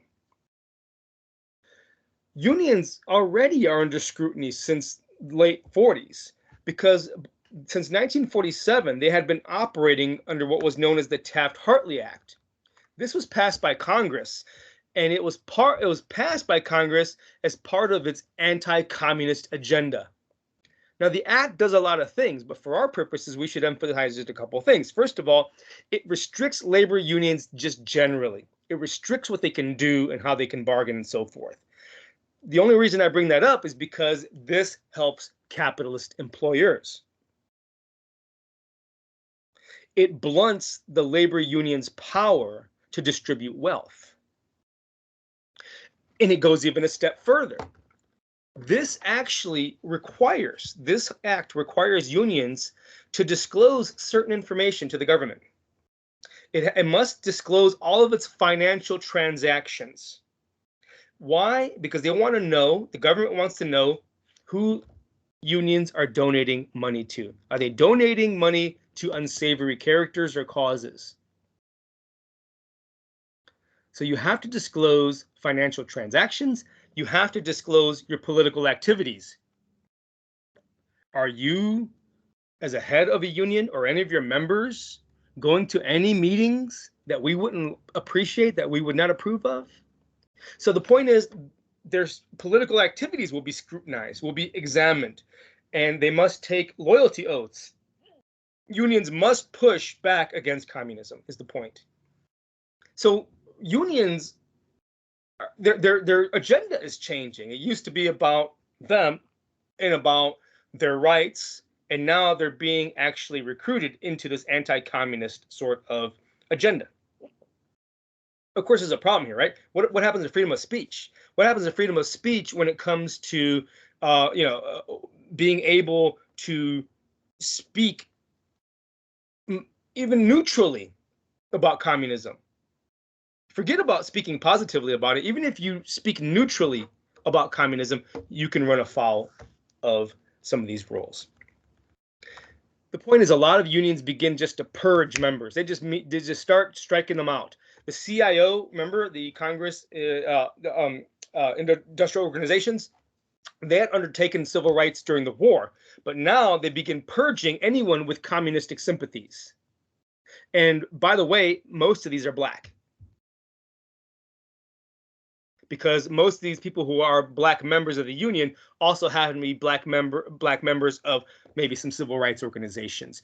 In fact, 8 out of every 10 workers that is branded as subversive is black, a threat to national security, and the CIO just purges them. Of course, this is going to be good for a lot of white workers. Sometimes entire union chapters are actually stricken. They have their charters revoked, especially these interracial unions. Unions that wanted fair employment across the races, well, they go as well. So notice what's happening here is that the lines are getting, these things are breaking down along racial lines. The unions that used to be an up-and-coming ally of black civil rights, at least some of them, not all of them by any means, they're taken down. And that means that black economic rights will suffer too, because they're getting kicked out of unions, and a union job is the way to go. If you're not part of a union, then good luck to you. But they're being removed from a lot of these places because pressure is coming down on unions from the government under this Taft-Hartley Act. It's not just unions that change strategies. Black civil rights organizations do as well. You got to understand, they can't be seen as subversive. They have to walk a very, very tight rope. The NAACP finds this out very quickly.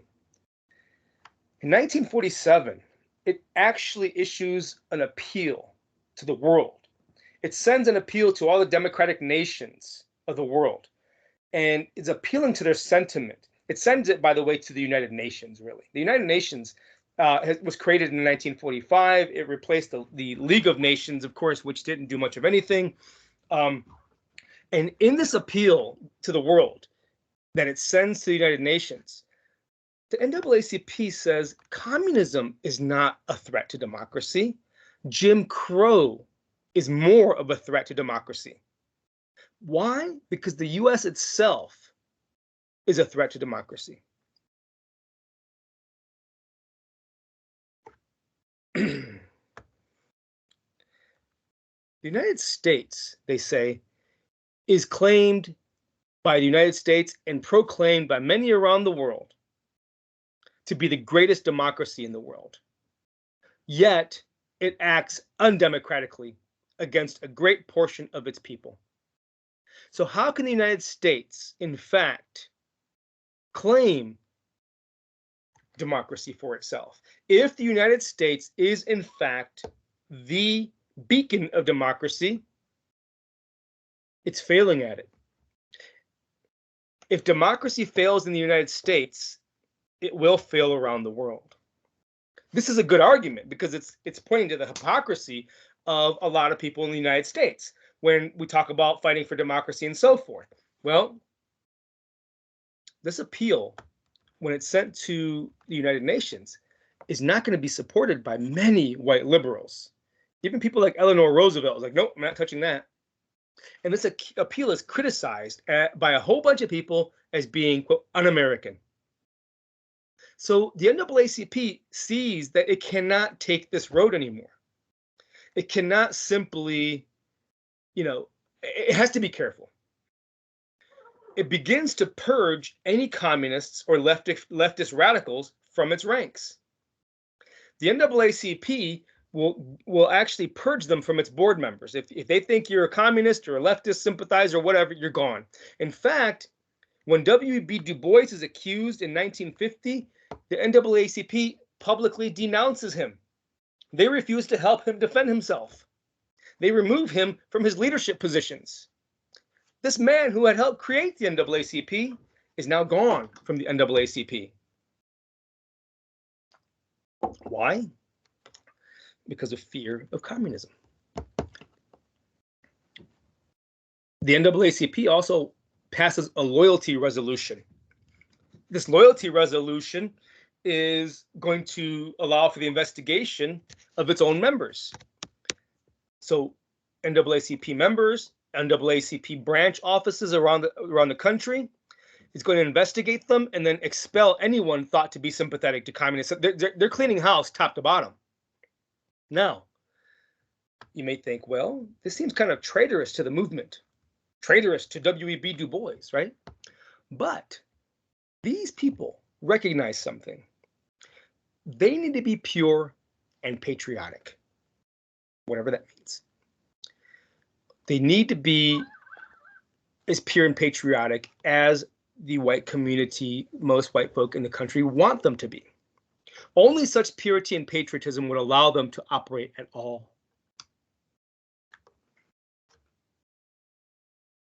What they're doing here is saying, look, we are going to not only talk the talk, but walk the walk. We are anti-communist and we're showing it. And if you still keep treating us the way you have been, it will highlight your hypocrisy. The government that excludes them. The same government that treats them as second-class citizens and that expects everybody to get on board on this let me back up. This government that treats them as second-class citizens also expect these same people to get on board against communism. And they're doing that. So what does this mean then for people who would seek to call them communistic, right? Or to seek to keep Black people down? If they are in the fight against communism, more reason to embrace them. So this is a strategy of sorts, right, on the part of the NAACP. They're going to try to say we are as American as anybody else, and you still treat us like crap. Now, there's going to be a drawback to all of this because as they're trying to toe the line, as they're trying to walk that walk, they're not going to be able to push on those many things that they wanted to push on. They can't fight for economic rights because that's seen as communistic. If they fight for fair wages, employment, equal housing, and education, that's seen as communistic. So those are going to take a back seat. You can't challenge property rights of homeowners and business owners by pushing and pushing and pushing for integration because that's seen as communistic because it challenges property rights of homeowners and business owners. Fighting for fair wages, employment, equal housing, education, and integration of private property, hotels and restaurants, all of this is going to open them up to smear campaigns, to being called commies. They're going to have to change their tactics, you see. and they're going to rework things. And we will see very shortly on that they will switch to, in fact, pushing the courts. They will look for voting rights, and they will look for education rights. They are, to some degree, going to push for integration of private property, but they're going to use the courts. They're not, the NAACP during this Red Scare is going to not frown upon, what's the word I'm looking for? It's going to see as less beneficial those marches in the streets that try to get people to open stuff up, that we're going to see later, right? Don't march in the streets, go to court. Use the system that's in place. So the NAACP is turning. It's turning. It's becoming anti-communistic for sure. At least it says it is, and I think it did. And at the same time, it's going to try to use other avenues, legal avenues, and then they're going to be appealing to white folks' humanity as well and goodwill. And we've seen already a bunch of advances, right? But despite some advances, there's going to be still tremendous inequality for people of color in the late 40s and 50s. There's going to be economic, social, and political inequality.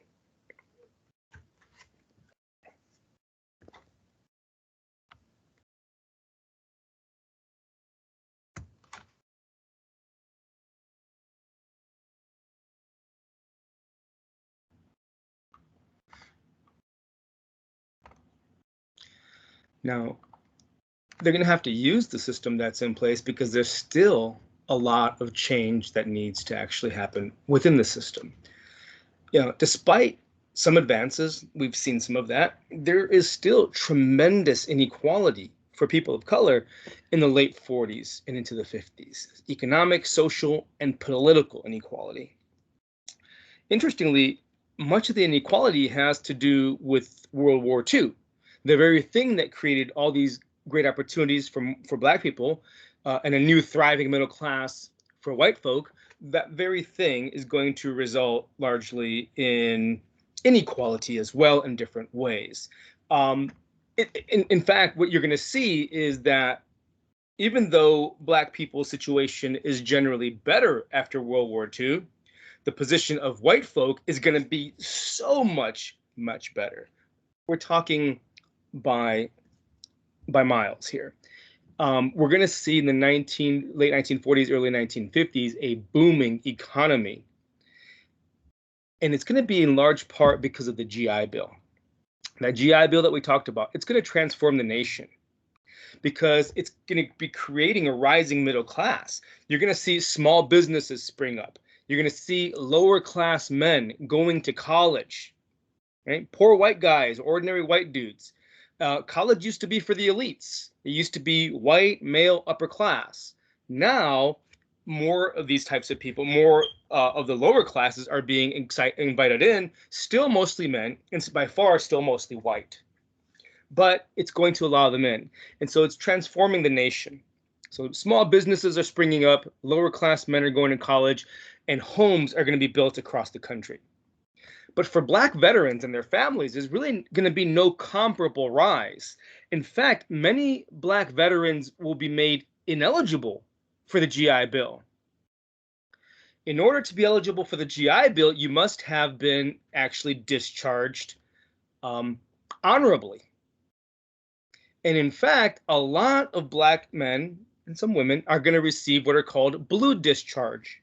A blue discharge. Blue discharges are not honorable.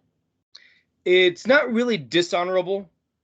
It's sort of something in the middle. We're not saying necessarily that you did something bad or that you were dishonorably discharged. We're just kind of saying, yeah, he was here, right? It's almost like, you know, if you call up somebody and say, hey, this person applied for a job and, you know, did they work for you? And they don't give this person a ringing endorsement. They'd be like, yeah, this person worked from this date to that date. That's all I can tell you.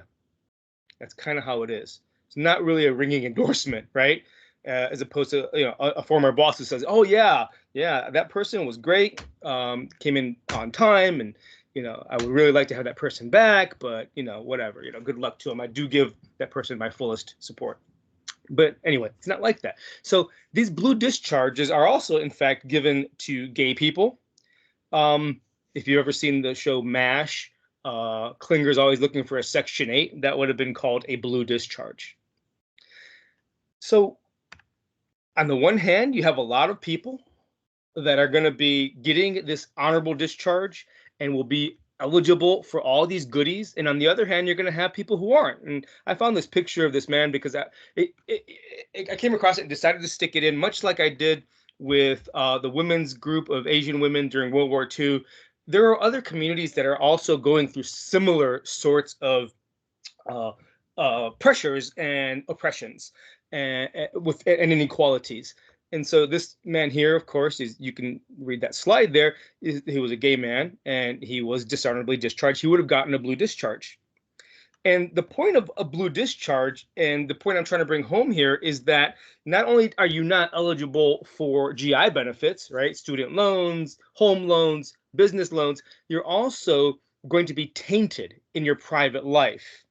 There's going to be a stigma attached to you. It's going to be hard to get a job if they find out.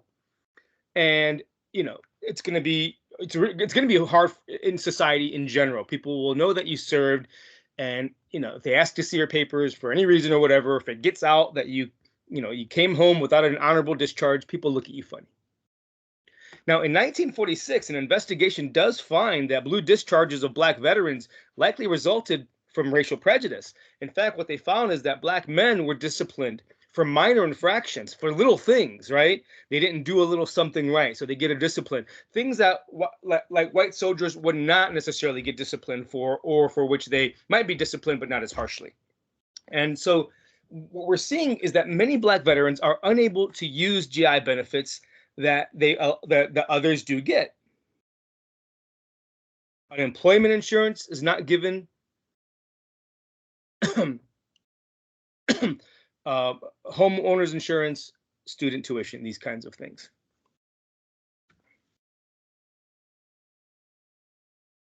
One second.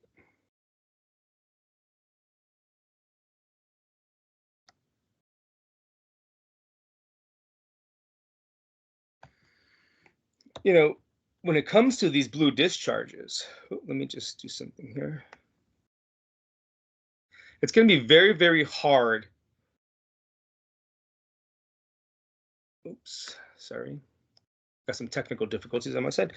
It's going to be very, very difficult for these men who get discharged to actually, with a blue discharge, to actually get a legitimate, honorable discharge.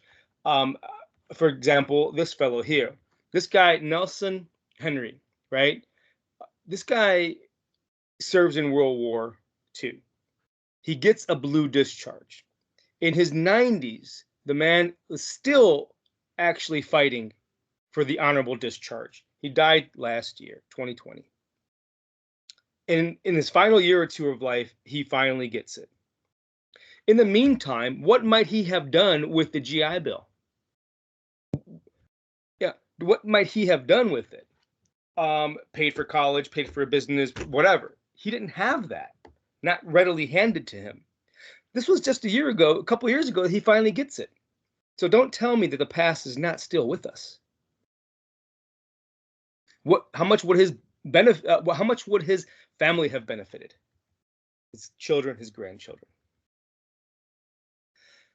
Anyway, even when Black veterans do get these benefits, very often they're not going to be able to take advantage of them the same way that others might. So a Black veteran, for example, would not be given unemployment insurance if he refuses to take one of these crappy little service jobs. Well, guess what? That's the only thing that maybe is available to him because of the discrimination that exists in society. And so you might be one of these guys who's thinking, I would take that job, but I have skills. I came out of the Army as a skilled this or a skilled that, or maybe I can do better. I'm maybe not skilled, but I know I'm smarter than this. And if you do not take that unskilled job, then the GI Bill will not pay your unemployment insurance because you didn't take the job. So you must take the crappiest job or lose benefits. It really keeps these Black veterans in dead-end jobs. It does not allow them to go beyond what is expected of many of these people at the time. When it comes to housing, these low interest loans for Black veterans will be had only if they seek to buy a house in a Black area. They're not going to get a loan under the GI Bill if in fact they try to, if they in fact try to integrate a neighborhood. And in these Black neighborhoods, there aren't so many houses available for sale. There's lots of reasons for that, but that's the case. And so they're often stuck renting because they're stuck in a Black neighborhood renting. So there's very little possibility for them to actually invest in a house, which, as I think I've said before, is really kind of what becomes the American dream in the 1950s. And I don't know about today, but it's been that way for a very long time. You buy a house. That's your major investment for most people. So unemployment insurance, that process, that protocol kind of pushing them down to dead-end jobs, housing policies, keeping them as renters and keeping neighborhoods segregated. And of course, when it comes to education, most colleges across the country refuse to enroll Black students. And so the GI Bill's education benefits come to very little. They can only go to HBCUs, right?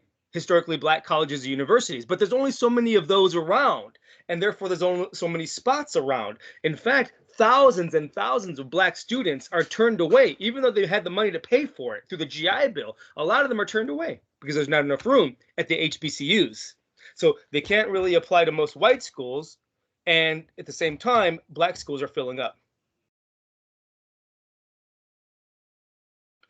Every now and then a white college would admit a Black veteran because that does happen. But then the Veterans Administration, the VA, right, that is administering the GI Bill often refuses to pay tuition. So if you look at these, this is going to hamper the Black community. For the white community, the GI Bill and the booming post-war economy, it's transformative in the post-war years for white folk. You have better jobs. You have booming consumerism, appliances, cars, homes. And so, oh, there's that fellow right there. I forgot to show you that picture. He finally gets his honorable discharge. Forgot that picture was there. So we're talking about consumerism. Excuse me one second. Mijo, close my door, please. Gracias. Sorry, guys. This is booming consumerism. People are buying all kinds of stuff, right? So the late 1940s into the 1950s, women, they're considered, homemakers almost all the time at this time. And so they're getting the nicest stoves and the nicest washing machines and refrigerators and so forth, right? TVs, of course, are coming into living rooms in the 1950s.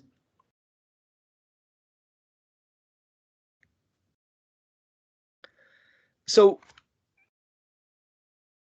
the loans for, so the better jobs are helping out white folk, but meanwhile, Black people are not allowed into a lot of these jobs. And whatever laws have been passed, like by the Truman administration, for example, that is for defense-connected jobs, which not every company is involved in, right? So we're talking private employers, by and large, they make up the bulk of employers throughout the country. They're not going to hire Black folk generally. And then there's the loans for colleges and homes that boost the status of white folk. It gives them educational capital, right? So if they go to school, they are able then to give that value to their children and then to their grandchildren. And it's real capital as well in the form of a home. The home is an investment that white people can give this stuff to their children. And so this is generational. It's important to understand that the next generation of white folk after these people here in the 1950s, they're going to have this culture of education. They're going to have more money. They will benefit from the businesses and the investments and the homes and all that kind of stuff. Black people will have nothing close to that.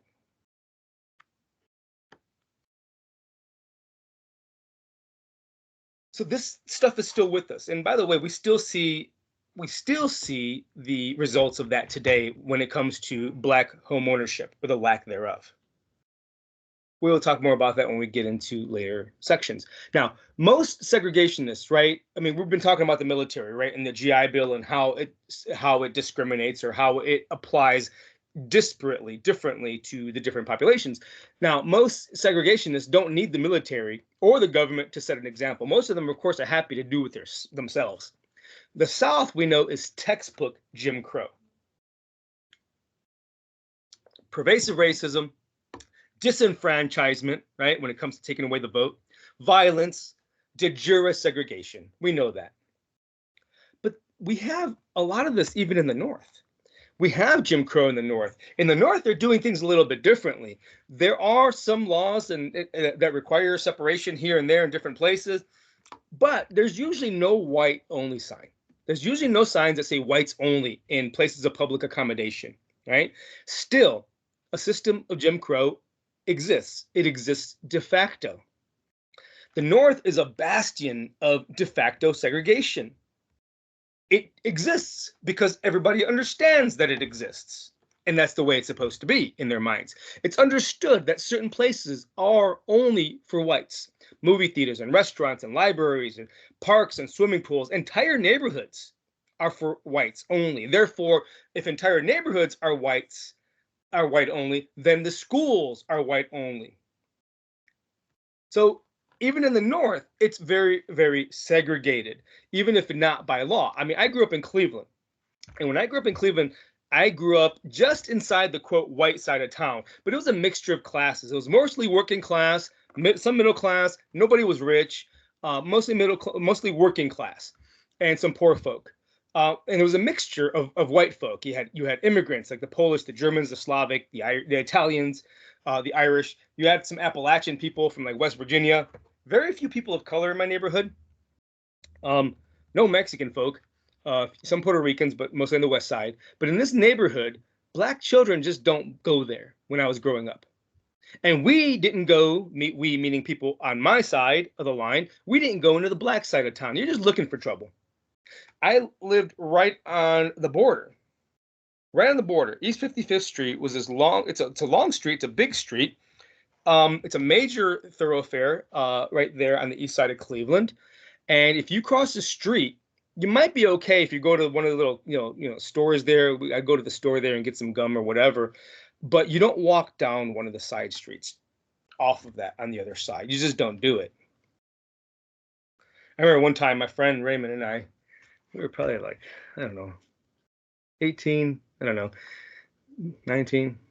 I don't remember. We were hanging out, and back then you could when you're 18 you could drink beer. And so we were drinking. We got to drinking, and Raymond, who's this white kid, he was just like, I don't understand why I can't go over there. And I said, well, I mean, this is the situation, right? We know the situation.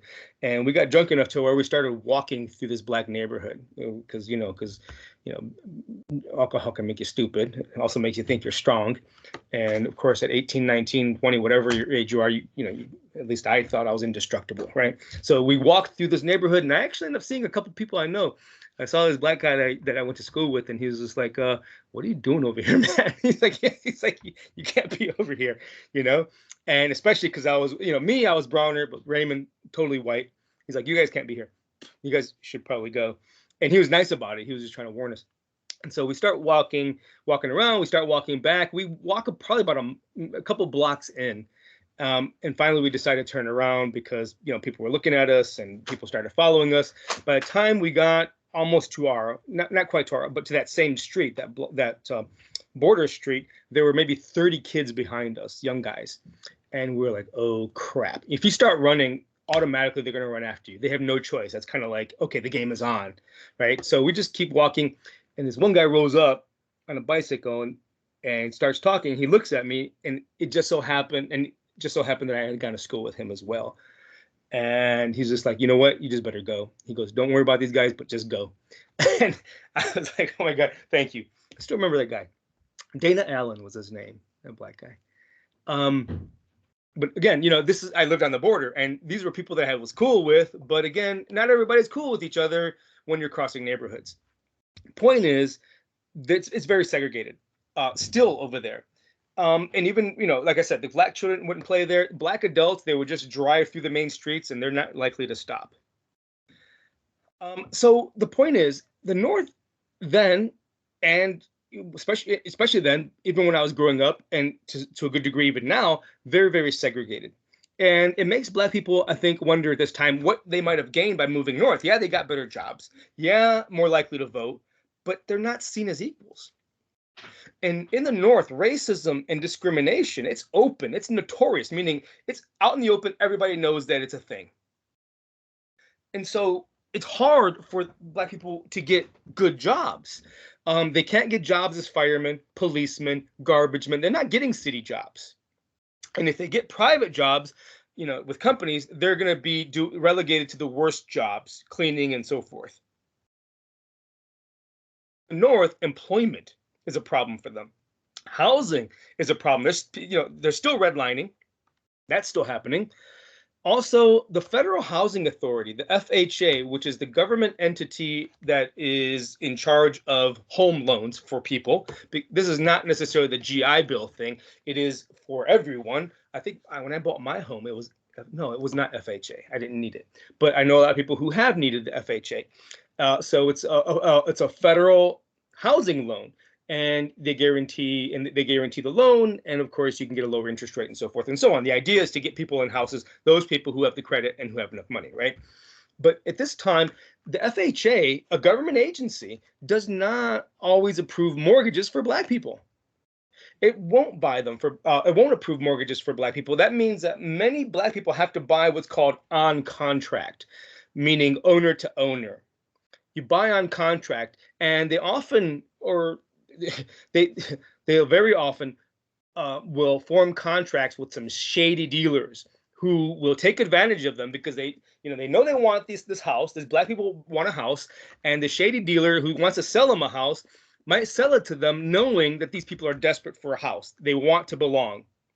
So you might implement very tough repayment plans, right? High interest rates, and this is still the case in many places. High interest rates, right? Or a very, very tough foreclosure process. So if you miss one or two payments, boom, I can actually foreclose on your home. So it's very, very difficult for them to break in. Private banks often refuse to lend them money for homes, especially if they're trying to buy in white areas, or just because they don't want to sometimes. So housing practices they're rough for Black folk in the 1940s and 50s. And in fact, a lot of real estate companies engage in what's known as blockbusting. Blockbusting is where they will scare white folk into leaving an area by actually saying, "Hey, Black people might be moving in," or they might actually, say there are too many immigrants around here, or poor people around here. Don't you want to sell? More and more of these kinds of people are coming in. Your property values are going to go down. What happens is, this is called blockbusting. What happens is that they try to make white folk panic into believing that that Black people are going to be moving in, and that trouble is going to happen, right? That along with Black people is going to come crime, drugs, racial animosity, and so forth. Poor schools, everything. And so what you see is white flight, what was called white flight, where white folk just fly to the suburbs because they're afraid. There's too many in the cities, too many immigrants, too many people of color, too many poor people. And the bad thing about this too, I mean, there's a lot of stuff we can talk about with regard to badness, so called, but they take their tax money with them. They take their tax money with them, and that means that they leave behind a group of people in cities that tend to be poor, people of color, and that means that the systems that are in place, for example, schools that rely on taxes, real estate taxes, means that not enough money is going to be paid into those schools, which means those schools are not going to be good as suburban schools. So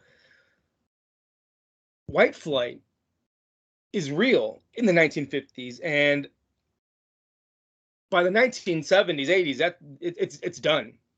Um, a lot of white folk are scared into selling their stuff cheap to these real estate companies who then resell it for higher prices to black people who want a piece of the pie.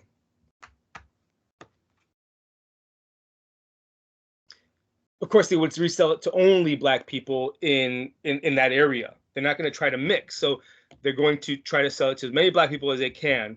And so that means that these neighborhoods are becoming more black oriented, some home ownership, of course, but again, sometimes with really, really harsh terms.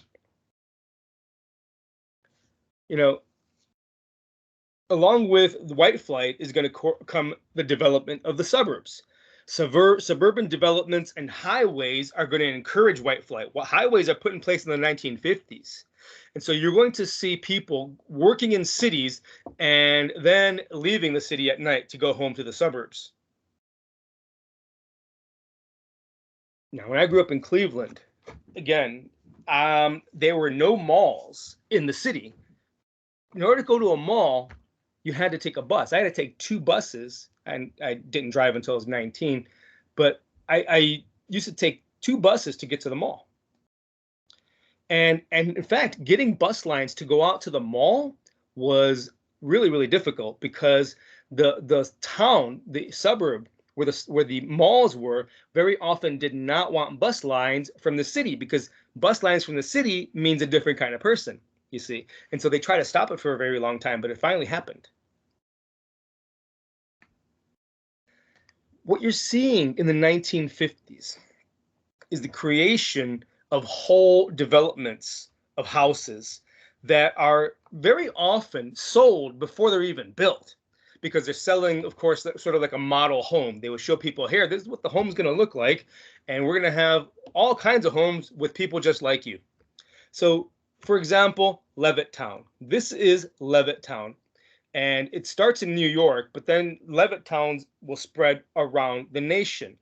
And these are basically fabricated communities. They just build them, and people will come. And this is what they look like. I mean, they're huge. But they advertise in a certain way. They say only members of the Caucasian are allowed. Caucasian race are allowed. That means no Jews or Italians or Mexicans either.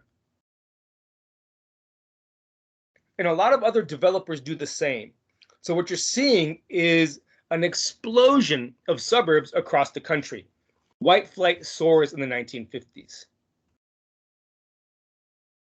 So you have the government doing it, you have banks doing it, you have a lot of people, real estate companies doing it. You have good old-fashioned individual racism too, right? Private owners will refuse to sell or to rent. And this stuff, this stuff still goes on. I mean, when I was in law school, not 12, 15 years ago, I remember I used to spend a lot of time at the Starbucks. I used to go there a lot and study. I like to drink my coffee, straight black coffee, French dark roast. That's it. No cream, no sugar, no nothing. Good stuff. So anyway, I'd be sitting there, and I noticed that there was a sign across the street, because Starbucks was like in a little residential area there, and there's nice little houses there. So I saw that there's a sign, apartment for rent. And I was like, oh, okay, great. That sounds. I saw the phone number. I called the guy, and I talked to this guy, and he sounded like he's from Eastern Europe, right? Very thick accent, and I sound how I sound. And I say, hey, I don't tell him my name. I just say, hey, yeah, I'm right across the street at Starbucks, and I was wondering if I could come over and maybe look at the apartment. And he says, yeah, sure. So I go over, and as soon as he opens the door, I saw his face, because he didn't expect somebody who looked like me. You can just tell. And I said, well, hi, I just called you a moment ago. I'm here for the apartment, and I was wondering if you could, if I could look at it. He's like, well, he kind of, he's like, okay. And he comes in, and he gives me this really, really crappy tour. Here, that's over there. That's, there's a bathroom over there. Not selling at all, right? And by this time, I realized, you know what, this guy is just like, whatever, and then the wife comes in, and then they get into it. back and forth in their language, back and forth. I couldn't understand any of it, and I could tell they were kind of going back and forth, and she was getting on him about something. You can always tell, right? And then she when they're done, he just kind of puts his head down, and she says, "Apartment is no longer available," something like that, right? She said, "Apartment is no longer available. We're going to remodel the apartment," she said. So I knew right away what had happened, right? They did not want me there. And so I was like, okay, fine. What am I going to do, right? I know what happened, but there's only so much you can do. And this is the story that a lot of people, I'm sure, can, and that happens to lots of people. Maybe even somebody you know, I don't know. But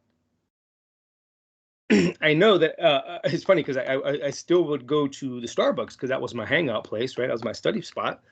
And I noticed they weren't remodeling. Within about a week or so, I saw some white people moving in, and so they didn't want me there. Point is, this stuff happened then. It happened to me. I'm sure it happens still.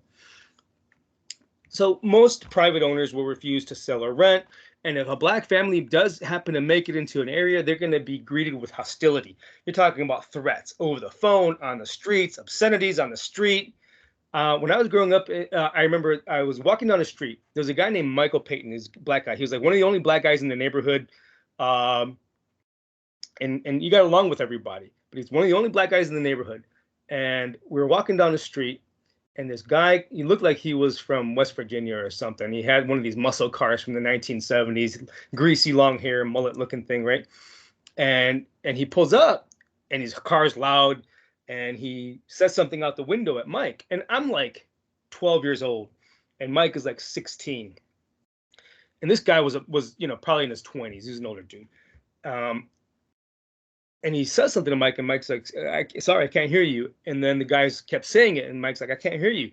So the guy finally shouts it. He goes, "You're an effing N-word," and that stuff was not abnormal at the time, you know. And so, I mean, if it was happening in the 80s, right, which was, again, just the other day, I mean, imagine the kinds of things that were happening back then with the obscenities and the threats and so forth. And it wasn't just hostility like that. You're talking about vandalism, broken windows, people who move in get words spray painted on their walls on the outside, right? Sometimes the N-word, a couple times, black cancer here, a few families get cross burnings.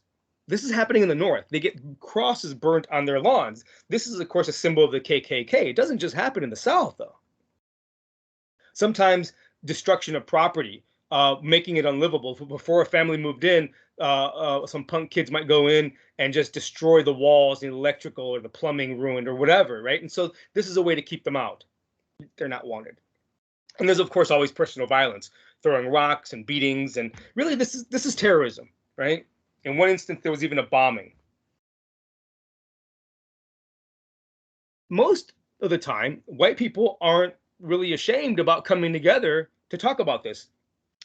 They mob together. There's strength in numbers. They do all the above in mobs. Not to say it only happens in mobs, but mobs will terrorize. Mobs will be hostile and throw insults or throw beer bottles at you. The point is that people come together and they're not shy about it. Labor unions do it. They come together to try to keep black people out of their neighborhoods. There are clubs that do it, like homeowners associations, right? An HOA. You think that an HOA might be harsh now, right? If you ever live in an area that has an HOA, a homeowners association, they want you to have your lawn a certain way. In some places, they don't want you to park a pickup truck in your driveway, or they don't want you to have a basketball hoop in your driveway. They don't want you to have a mailbox painted pink, whatever it is. These HOAs work together, and they agree not to allow black people in. Sometimes there are neighborhood associations of not homeowners, but homeowners and renters, white folk coming together with a design to keep or chase black people out. This happens even in public housing projects, which back in the day, most public housing projects were filled with white people. Today, mostly black people in the cities. And it's very, very hard to integrate them at this time. And of course, police departments are in on all this. Yeah, there's enforcement through violence. Now, I'm going to come back to this because it's still an issue today. It's still an issue today. But police departments will enforce this whole thing where they do not want people. They're going to do what they're. First of all, they probably feel the same way, but they're certainly going to do what their civilian citizens want them to do. Even when I was growing up, I remember there's a place called Parma, actually the same place where that mall was, by the way, Parma, and excuse me, it was like 19. I was about 19 years old, and I had gotten stopped in Parma, traffic, whatever, and the cops were kind of jerks to me, but anyway, I had to end up getting a lawyer because they were coming after me for stuff, and my lawyer, who was white, just said to me, "Why do you even go there?" He says, they don't want you there. They don't want you there. And so Parma is much more integrated today, but it certainly wasn't when I was coming up, and it certainly wasn't in the 1950s. And the point is, the police departments, they would enforce what the majority of people wanted there. It's like their neighborhood. So there's this long and constant history of this with police departments. I'm going to come back to that because it's one of the things that I think we're going to probably finish up with this semester. So, the various forms of racism and discrimination are really part of this larger institution of unfairness. You got to understand that it's not just individual acts of racism that are a problem. We're talking about racism and discrimination that is systemic, that's built into the system. It's part of the institution.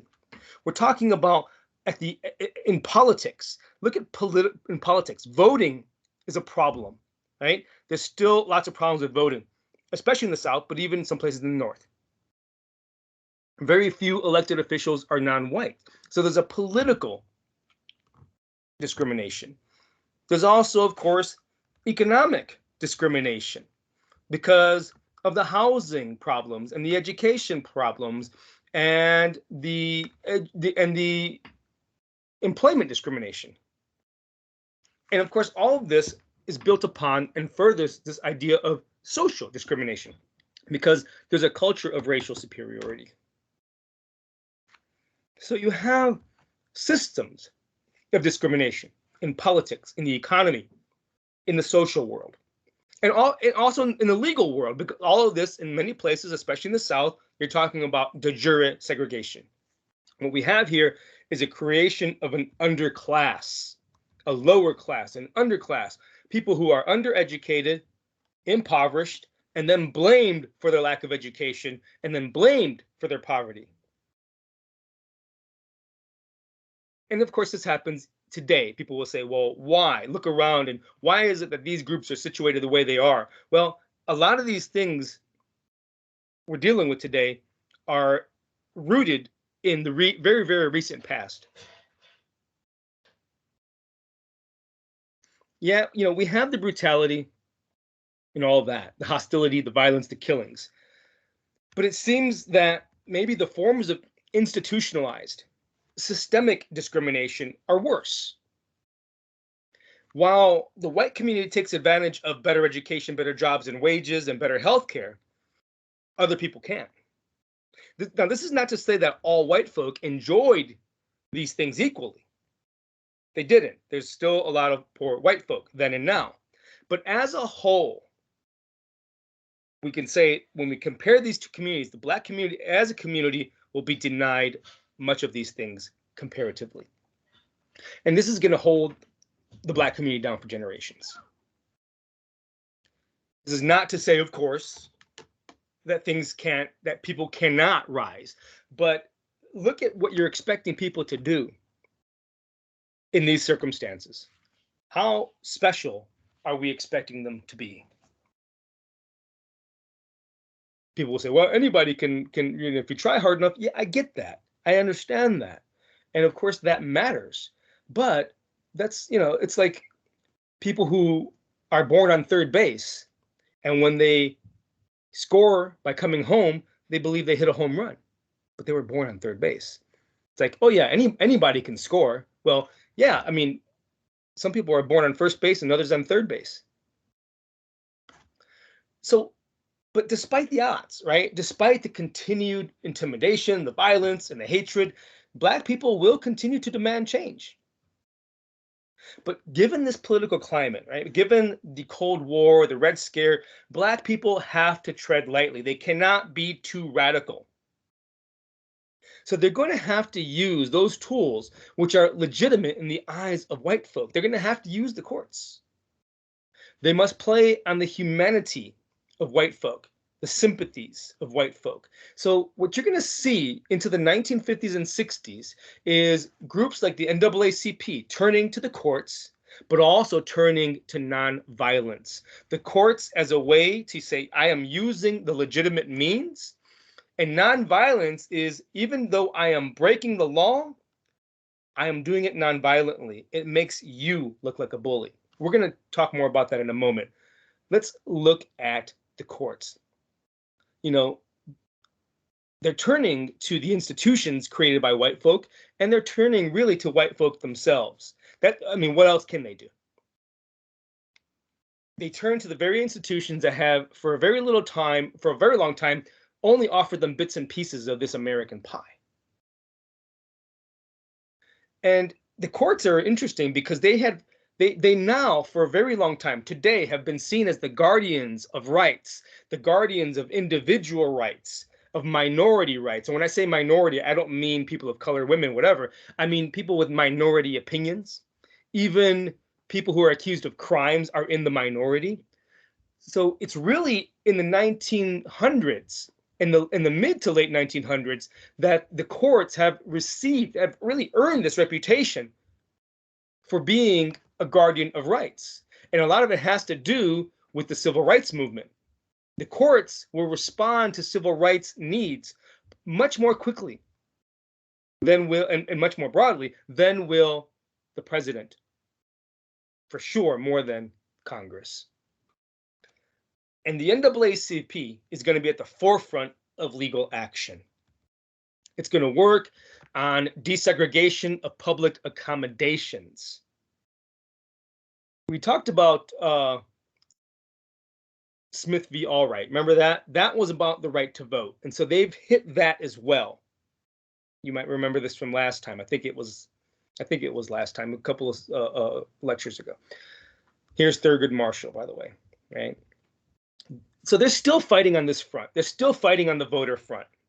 But they're going to fight on the other battlefield for the inclusion in public life. They're going to fight for the inclusion into places of public accommodation. For example, public transportation. In 1946, this woman, Irene Morgan, she is riding a bus in Virginia in 1944, right? She is riding this bus, and as you can see, Virginia state law does require segregation. Well, she refuses to give up her seat to a white person. She's arrested. She's found guilty of defying the laws. She turns to the NAACP. Thurgood Marshall is one of these guys. Remember, he takes the case to the Supreme Court. And he argues that the Virginia law does not apply to her. The Virginia law cannot keep her from sitting where she wants. It's not applicable to this situation. Why? And this is where it starts getting a little tricky. She is traveling interstate, between states. The bus lines cross state lines. These Virginia buses will cross state lines. That's their route. Well, the Supreme Court looks at this, and guess what? The Supreme Court says segregation in interstate bus travel is unconstitutional. A law that requires segregation on bus lines, and for that matter, you're going to see train lines that cross state lines, are unconstitutional. Now, this is not really about what a state can do inside its own state. By the way, this does not mean that your local bus line cannot segregate you at this time. So long as buses do not cross state lines, they stay inside Virginia, for example, you can go ahead, have at it, segregate all you want. But here, it is the federal government that actually is in charge of this scenario. So in fact, when the court says that the act by Virginia to segregate these buses is unconstitutional, it's not saying that it's unconstitutional based on the separate but equal doctrine. It's not using the 14th Amendment at all. It's not using equal protection, I should say that. So the equal protection clause of the 14th Amendment is not implicated here. It's not that it's wrong to do this to Black people. What the court says is that the Supreme Court, the federal government, that is Congress, is in fact in charge of interstate commerce. It is in charge of anything that travels between states, trains, planes, not planes at this time because they didn't really have planes in the air like that, not commercially really. That comes a little bit later. But buses, trains, ferries that cross rivers, that wherever this happens, that is the domain of Congress. And Congress has already tried to promote interstate commerce.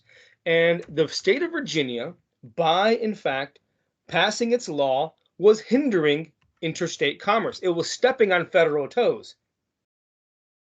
It's not that it was wrong to do this to this Black person. If you want to do it inside your own state, fine.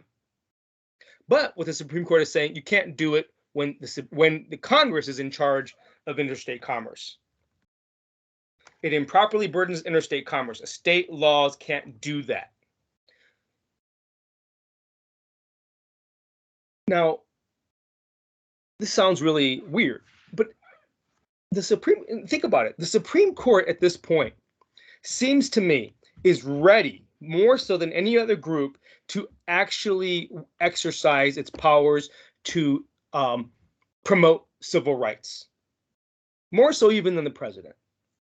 However, it can't just outright do that because it's kind of complicated. But the way I should say the 14th Amendment was actually thought of at that time, it didn't mean, as we know, it didn't mean that equal treatment was wrong, so long as equal treatment was given to Black people and white people in terms of their material goods. That's all that was necessary. That's the whole Plessy v. Ferguson thing. Now, here's the thing. I have posted for you guys, because this gets a little complicated. Now we're getting into the laws, right?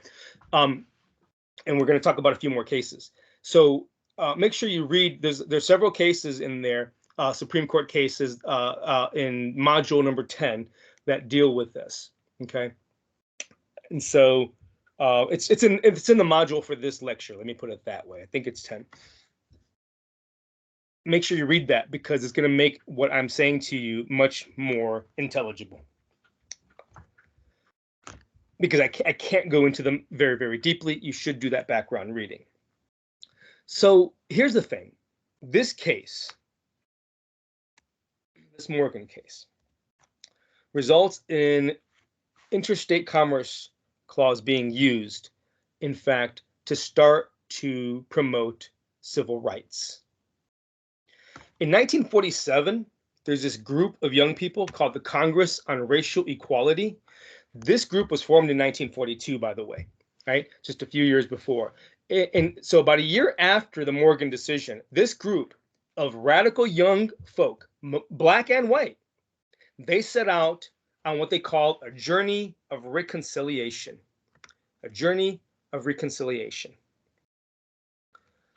And this journey of reconciliation involves testing the Supreme Court decision in Morgan.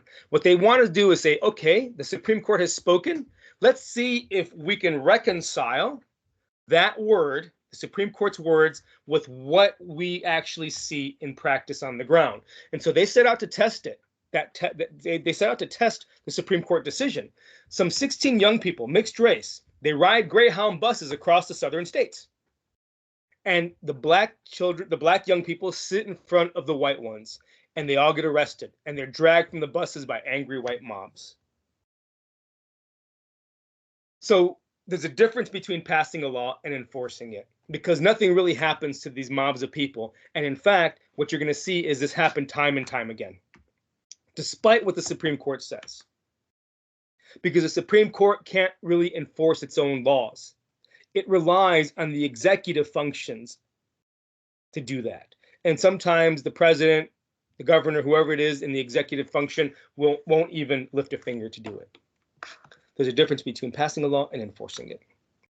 And I will remind you that this decision is not based on the Equal Protection Clause. It's based on Congress's Commerce Clause. Know that, because we will turn back to that. Still, even though it's limited in the ways we've talked, this decision is good because subsequent decisions are going to make more clear that any action, any government, any state action, right? Any state, like state of Virginia action, that interferes with interstate commerce is illegal. If it's state action or private action, actually. You cannot mess with interstate commerce. So that's transportation. Then we have housing. In the 1940s, the Shelleys, a black family, buys property in a white area. The property is encumbered. That means it's held back by a restrictive covenant. Remember these restrictive covenants? They were private contracts between homeowners that when they sold the property, they said, hey, I'm selling it to you, but we will put in this contract that you also, just like I had to agree to the last guy who sold it to me, you also will not sell it to a black person. So these restrictive covenants are there. Now, the white owner who sells this had agreed that he would not sell property to black people or Asians, by the way, in this area. He does it anyway. The other owners in the area, the white owners, they object. They're all white. They all had bought their property in the area with the understanding that black people would never be permitted to buy there. They thought they were safe, to put it that way. Now, under property law, these covenants, these agreements are valid and they are enforceable. They are. You can still make you can still make similar covenants. There is such a thing as a covenant. So for example, you might buy a property that is encumbered by a covenant that your driveway that goes to that is actually in between the houses will be shared with the house next door to you. You might have that. You may not. The point is, these covenants are still good. You may agree that you might not paint your mailbox pink in the neighborhood, right? Other homeowners can enforce that against you. So other homeowners sue to keep the Shelleys out, and this case goes all the way to Supreme Court. So the Supreme Court says, well, the 14th Amendment does not apply here. Again, just like in the Morgan case, the 14th Amendment doesn't matter here.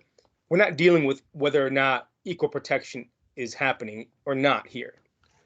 The court says covenants by themselves are private, and therefore, under property law, they're valid. They do not violate the Constitution, which controls the Constitution, by the way, controls the behavior of government. It does not control the behavior of individual people. And I mentioned this before. There's only one place in the U.S. Constitution where your behavior is controlled against me or someone else, and that is the 13th Amendment. That is slavery. Nowhere else does it say you cannot discriminate against somebody else. When it comes to equal protection, it's dealing with what the government can do, what the state can do. So the point is this: the court says, okay, this covenant, this restrictive covenant does not apply, does not implicate the 14th Amendment.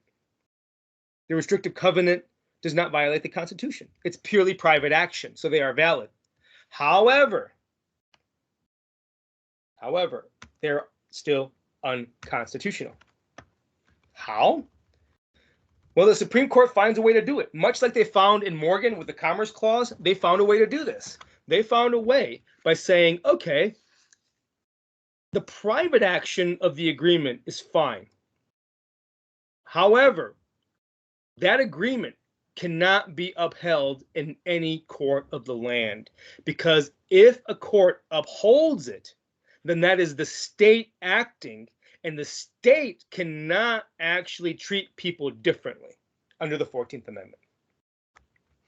I know this is confusing, which is why I gave you that reading and why you should look into this a little bit there. So even though the restrictive covenant is valid, the court can uphold it. So it's a contract that nobody can enforce.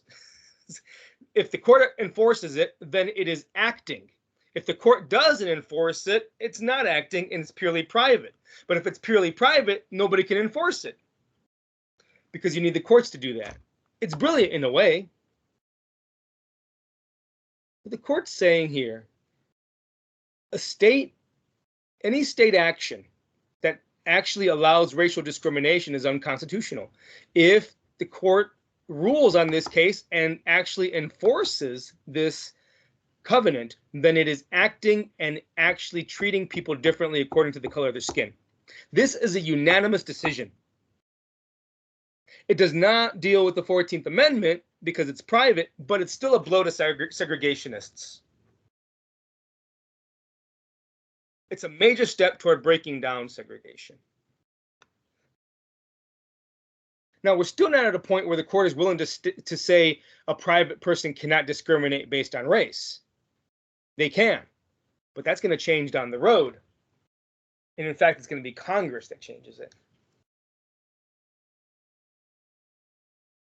Let's look at higher education. In a prior case, we already saw that a Maryland court in 1936 held that a law school had to admit a black man. Remember, they tried to pay his tuition to an out-of-state school.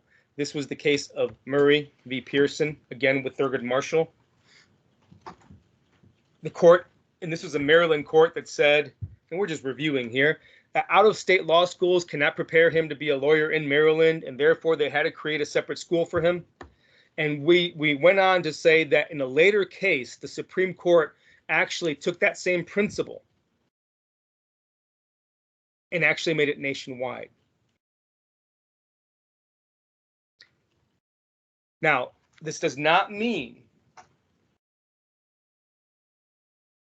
well, think of it this way. A law school at this time could still discriminate based on race so long as there was a comparable black school. If there's a comparable black law school, then the white school doesn't have to let this guy in, because they are what's going on here is the court is trying to actually make people fulfill Plessy v. Ferguson. Plessy v. Ferguson, remember, said separate but equal. Didn't really say those words, but that's what came out of that. Separate but equal is equal. You can separate people out so long as you give them the same stuff.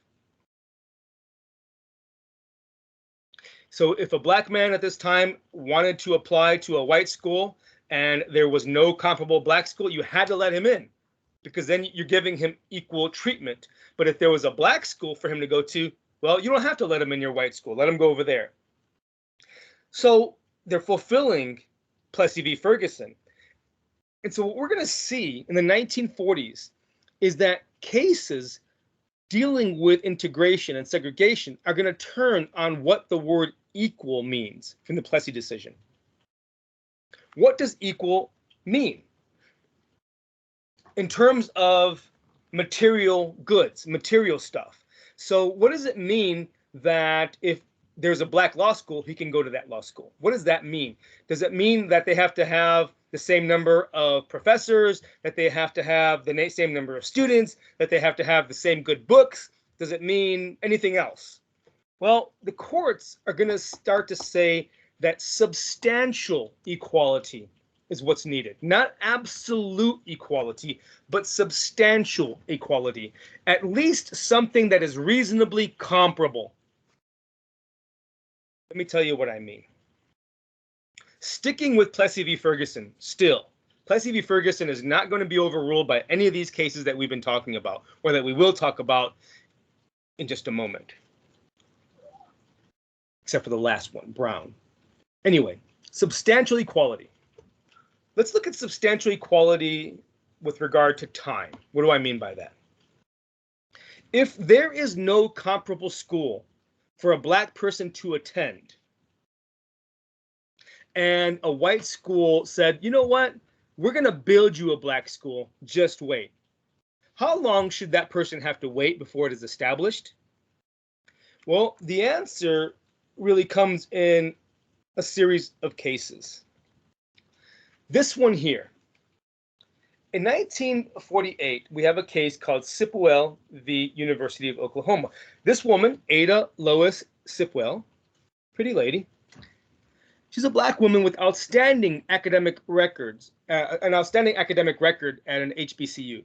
She applies to the University of Oklahoma School of Law, but she's not admitted. Why? Because of her race. Not because of her lack of credentials. She's got those, but because of her race. And the school says, we're going to set up a law school for black people. Don't worry about it. Well, she goes to the NAACP. Thurgood Marshall again takes the case. And the court says, wait a minute. To abide the 14th Amendment's Equal Protection Clause, to abide Plessy v. Ferguson, the school must provide the applicant with a legal education as soon as it does for others of any other group. So she's not forced to wait. So this thing where they said, yeah, we're not going to let you here, but we're going to create another one. No. Unless that school is already built, you can't do that. You can't keep her out. So the Supreme Court, in a unanimous opinion, again, notice these unanimous opinions. These are important. Students don't have to wait. That is what's known as substantial equality. Substantial equality in time, right? In terms of what is available to me now. Students do not have to wait for a law school to be built. Imagine if they did. How long does it take to build one of these things? Years. Now, what's interesting is that when the school gets this ruling against it, it angrily creates this makeshift school. They actually make a school inside the state capitol building, like in one of these big rooms, where they rope off a small section of a large room, and they assign 3 teachers to teach her. There's still a problem here, right? Is this substantial equality? Now, the court does not want to rule on this question. It only dealt on the time question. The time aspect has been handled. If there is no comparable school at the moment, then you need a letter into your white school. But think about this. They roped her off, basically, a small section of a large room, and they assigned 3 teachers to teach her. Is she getting an equal education? Let's look at this question a little bit more. In terms of substantial equality, let's look at academic facilities, meaning the goodies that come along with it, right? What do you have available to you? Yeah, what kind of library do you have? Do you have good study places? Do you have good teachers? Do you have, do you have computers? Whatever. Of course, not at this time, but you know what I mean. Let's look at another case. It's called Sweat v. Painter. A black named Heman, I think it's Heman, it looks like He-Man, H-E-M-A-N, you can see at the bottom there, bottom right, Heman Marion Sweat. This guy applies to the University of Texas School of Law, an all-white school at the time, my alma mater, by the way, right? And he's denied admission. And so he sues because he was denied admission based on race. Well, when he's denied admission, he complains. He sues. And the courts say, okay, the school has to abide the law. You cannot just keep this guy out because he's black unless you give him something else. And there's no other else at this point. There's no alternative. So what do? They set up a separate black school. Okay. They're trying to uphold Plessy v. Ferguson, or abide Plessy v. Ferguson. Okay. They set up a separate black school. Well, this guy, Sweat, he sues again. Why? Well, that separate black school has no library. It has no regular faculty, only part-timers. And it has no accreditation. So there's no library, no regular faculty, and there's no accreditation. It's all windows dressing. It's not a real law school. The state says it's equal because white people are not really allowed into the black school anyway, so it's equal. Black people aren't allowed over here. White people aren't allowed in the black school, so it's equal. The Supreme Court is like, no, no, no, no, no. Come on. The Supreme Court rules for Sweat. The Supreme Court says that this education is not the same thing. The University of Texas School of Law is a top flight law school, and you're sending this black man to a place with no library, no faculty, no accreditation, or at least no regular faculty and no accreditation. This man is not getting an equal education because he does not have equal facilities. You can't say it's equal just because white students aren't allowed into the black school. Would they want to be allowed in that black school? No. Not just because it's black, quote unquote, as they would see it, but would they even get a good legal education here? No. The point is, you are trying to get around this, the court says. You are not providing this man an equal education. Now, again, this case does not overturn Plessy, but it means that this man has to be allowed into this law school. Substantial equality, under this case, substantial equality means equal academic facilities. They must be at least comparable. There's no window dressing. There's no material equality here. And you need to fulfill Plessy v. Ferguson. It has to be relatively equal.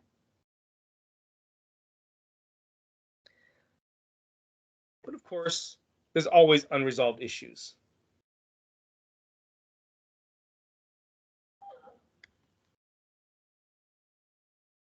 For example, what if the school had given Sweat equal academic facilities?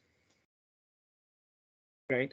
Let's say they set up a black law school and they gave him equal academic facilities. And meanwhile, the University of Texas also has some pretty good sporting stuff for white students. What if the law school had given equal academic facilities but no equal sporting facilities to black students? What do you think the court would have said about that? I will challenge you to write me an answer. Let's see who can get this. Give me a good argument. Given what we know from these cases, especially Sweat, I think, if the law school had given equal academic facilities but not equal sporting facilities, would they have said this was equal?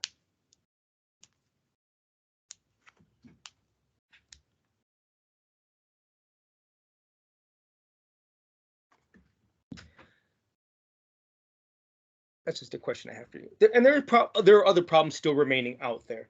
For example, what if a black student has access to the best teachers and the books and the libraries and all that, but let's say he's the only black student there. Let's say he's separated from white students. Let's say he's ignored by fellow students. In fact, this matter was dealt with by the Supreme Court on the very same day that Sweat v. Painter was dealt with.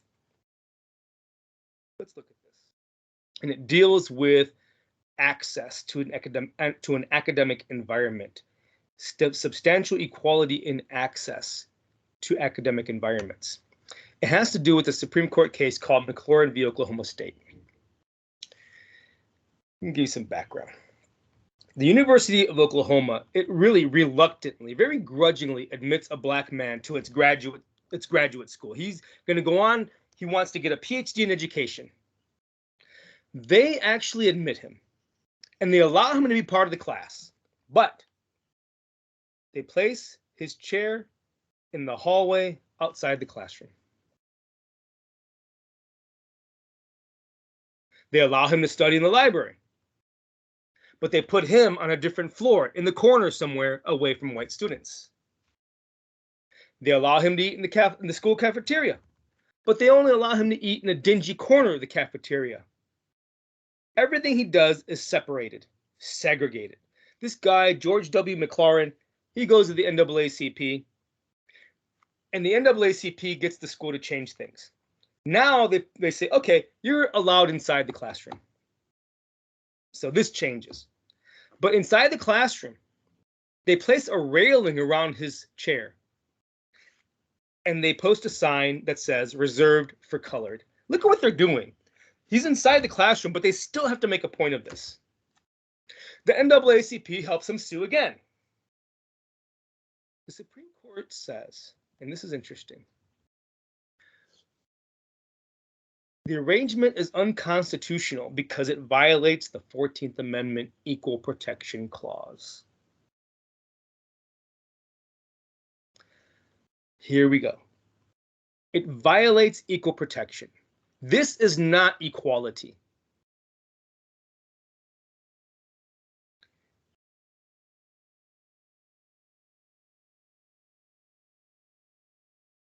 Just like the other cases really dealt with the same kind of thing, but it was still that, as long as you upheld Plessy, you're fine. Here, what happens is that the court says segregation like this hampers the student's education. By segregating him, you're creating an environment in which he cannot discuss the classroom material with other students. Even if they wanted to, they can't with him, right? You create an environment where he cannot exchange views with other students. You create an environment where he cannot engage in the learning that is necessary to the profession that he has chosen.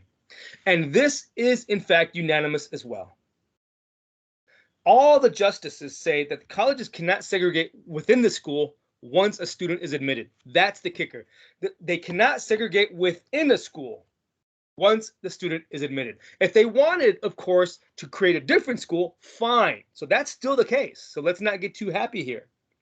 Not just yet. They're saying that once you admit him, you have to treat him the way you do other students because you admitted him. And the reason for that is because you have to give him an equal sort of atmosphere or environment of education. Now, this does not overturn Plessy v. Ferguson, but it does consider the real outcomes of segregation. The real outcomes of segregation. It used to be that the court didn't used to do this. But in these several cases that we've seen, especially this one, we're starting to see that they're actually considering it. If you might remember, Plessy v. Ferguson involved transportation, interstate in Louisiana trains, right? Black car, white car. Well, the court at the time ignored the fact that the black car was a lot worse in terms of how comfortable it was. The court is no longer doing that. It's looking at the real outcomes of segregation and whether or not people are treated equally, at least when it comes to what they're supposed to be getting, in this case, an education. Now, we're not there yet to the point where the court will say separate but equal is in fact unequal. We're not there yet. The court is still saying that as long as you give black people the same things as you do as white people, and so long as that is substantially equal, you're good. You can segregate them. These courts' rulings on these rulings on higher education, they are critical to understanding what comes next. What's interesting is that these do not spark fierce opposition. People look at this and white folk, they're not going to be as activated, as angry, as vitriolic as they will be in coming years when we look at other cases.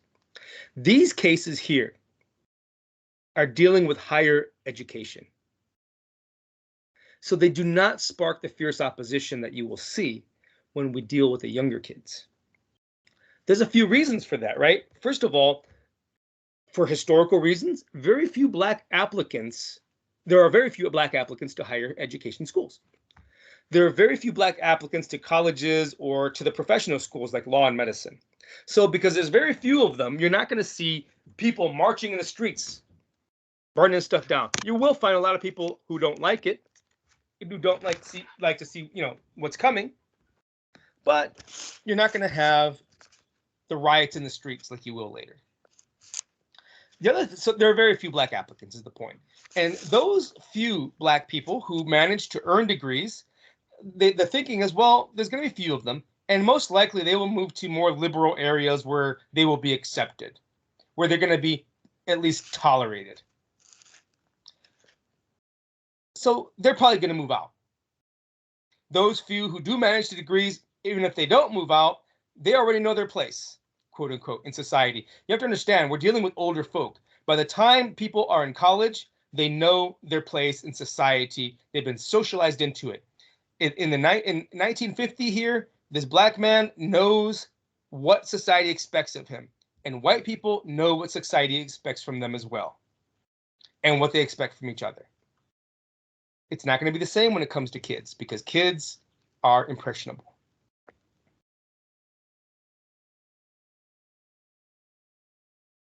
So it's not going to be, all hell's not going to break loose because of these. Few students, they already know what their position in society is. They're not going to be able to contaminate the minds of white students because they too have been socialized to know their own place. So you're going to see this strategy is interesting. You're going to see this pay off later on. Notice something. The NAACP is focusing on higher education. By doing that, it's able to garner some victories, it gets some victories, but it's also going to keep from inciting the furor of most white folk. Because most white folk don't have people in college either. But they do have kids in kindergarten.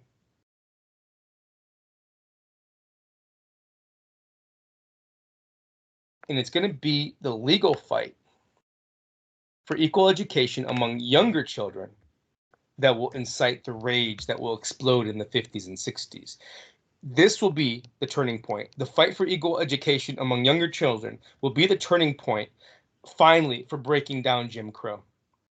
And it will be the famous Supreme Court decision, Brown v. Board of Education, that will spark the modern civil rights movement. We will talk about that next time. I hope you understood this. Again, read the stuff that I've given you. It will help. That is that. Take care. Be well. Be good.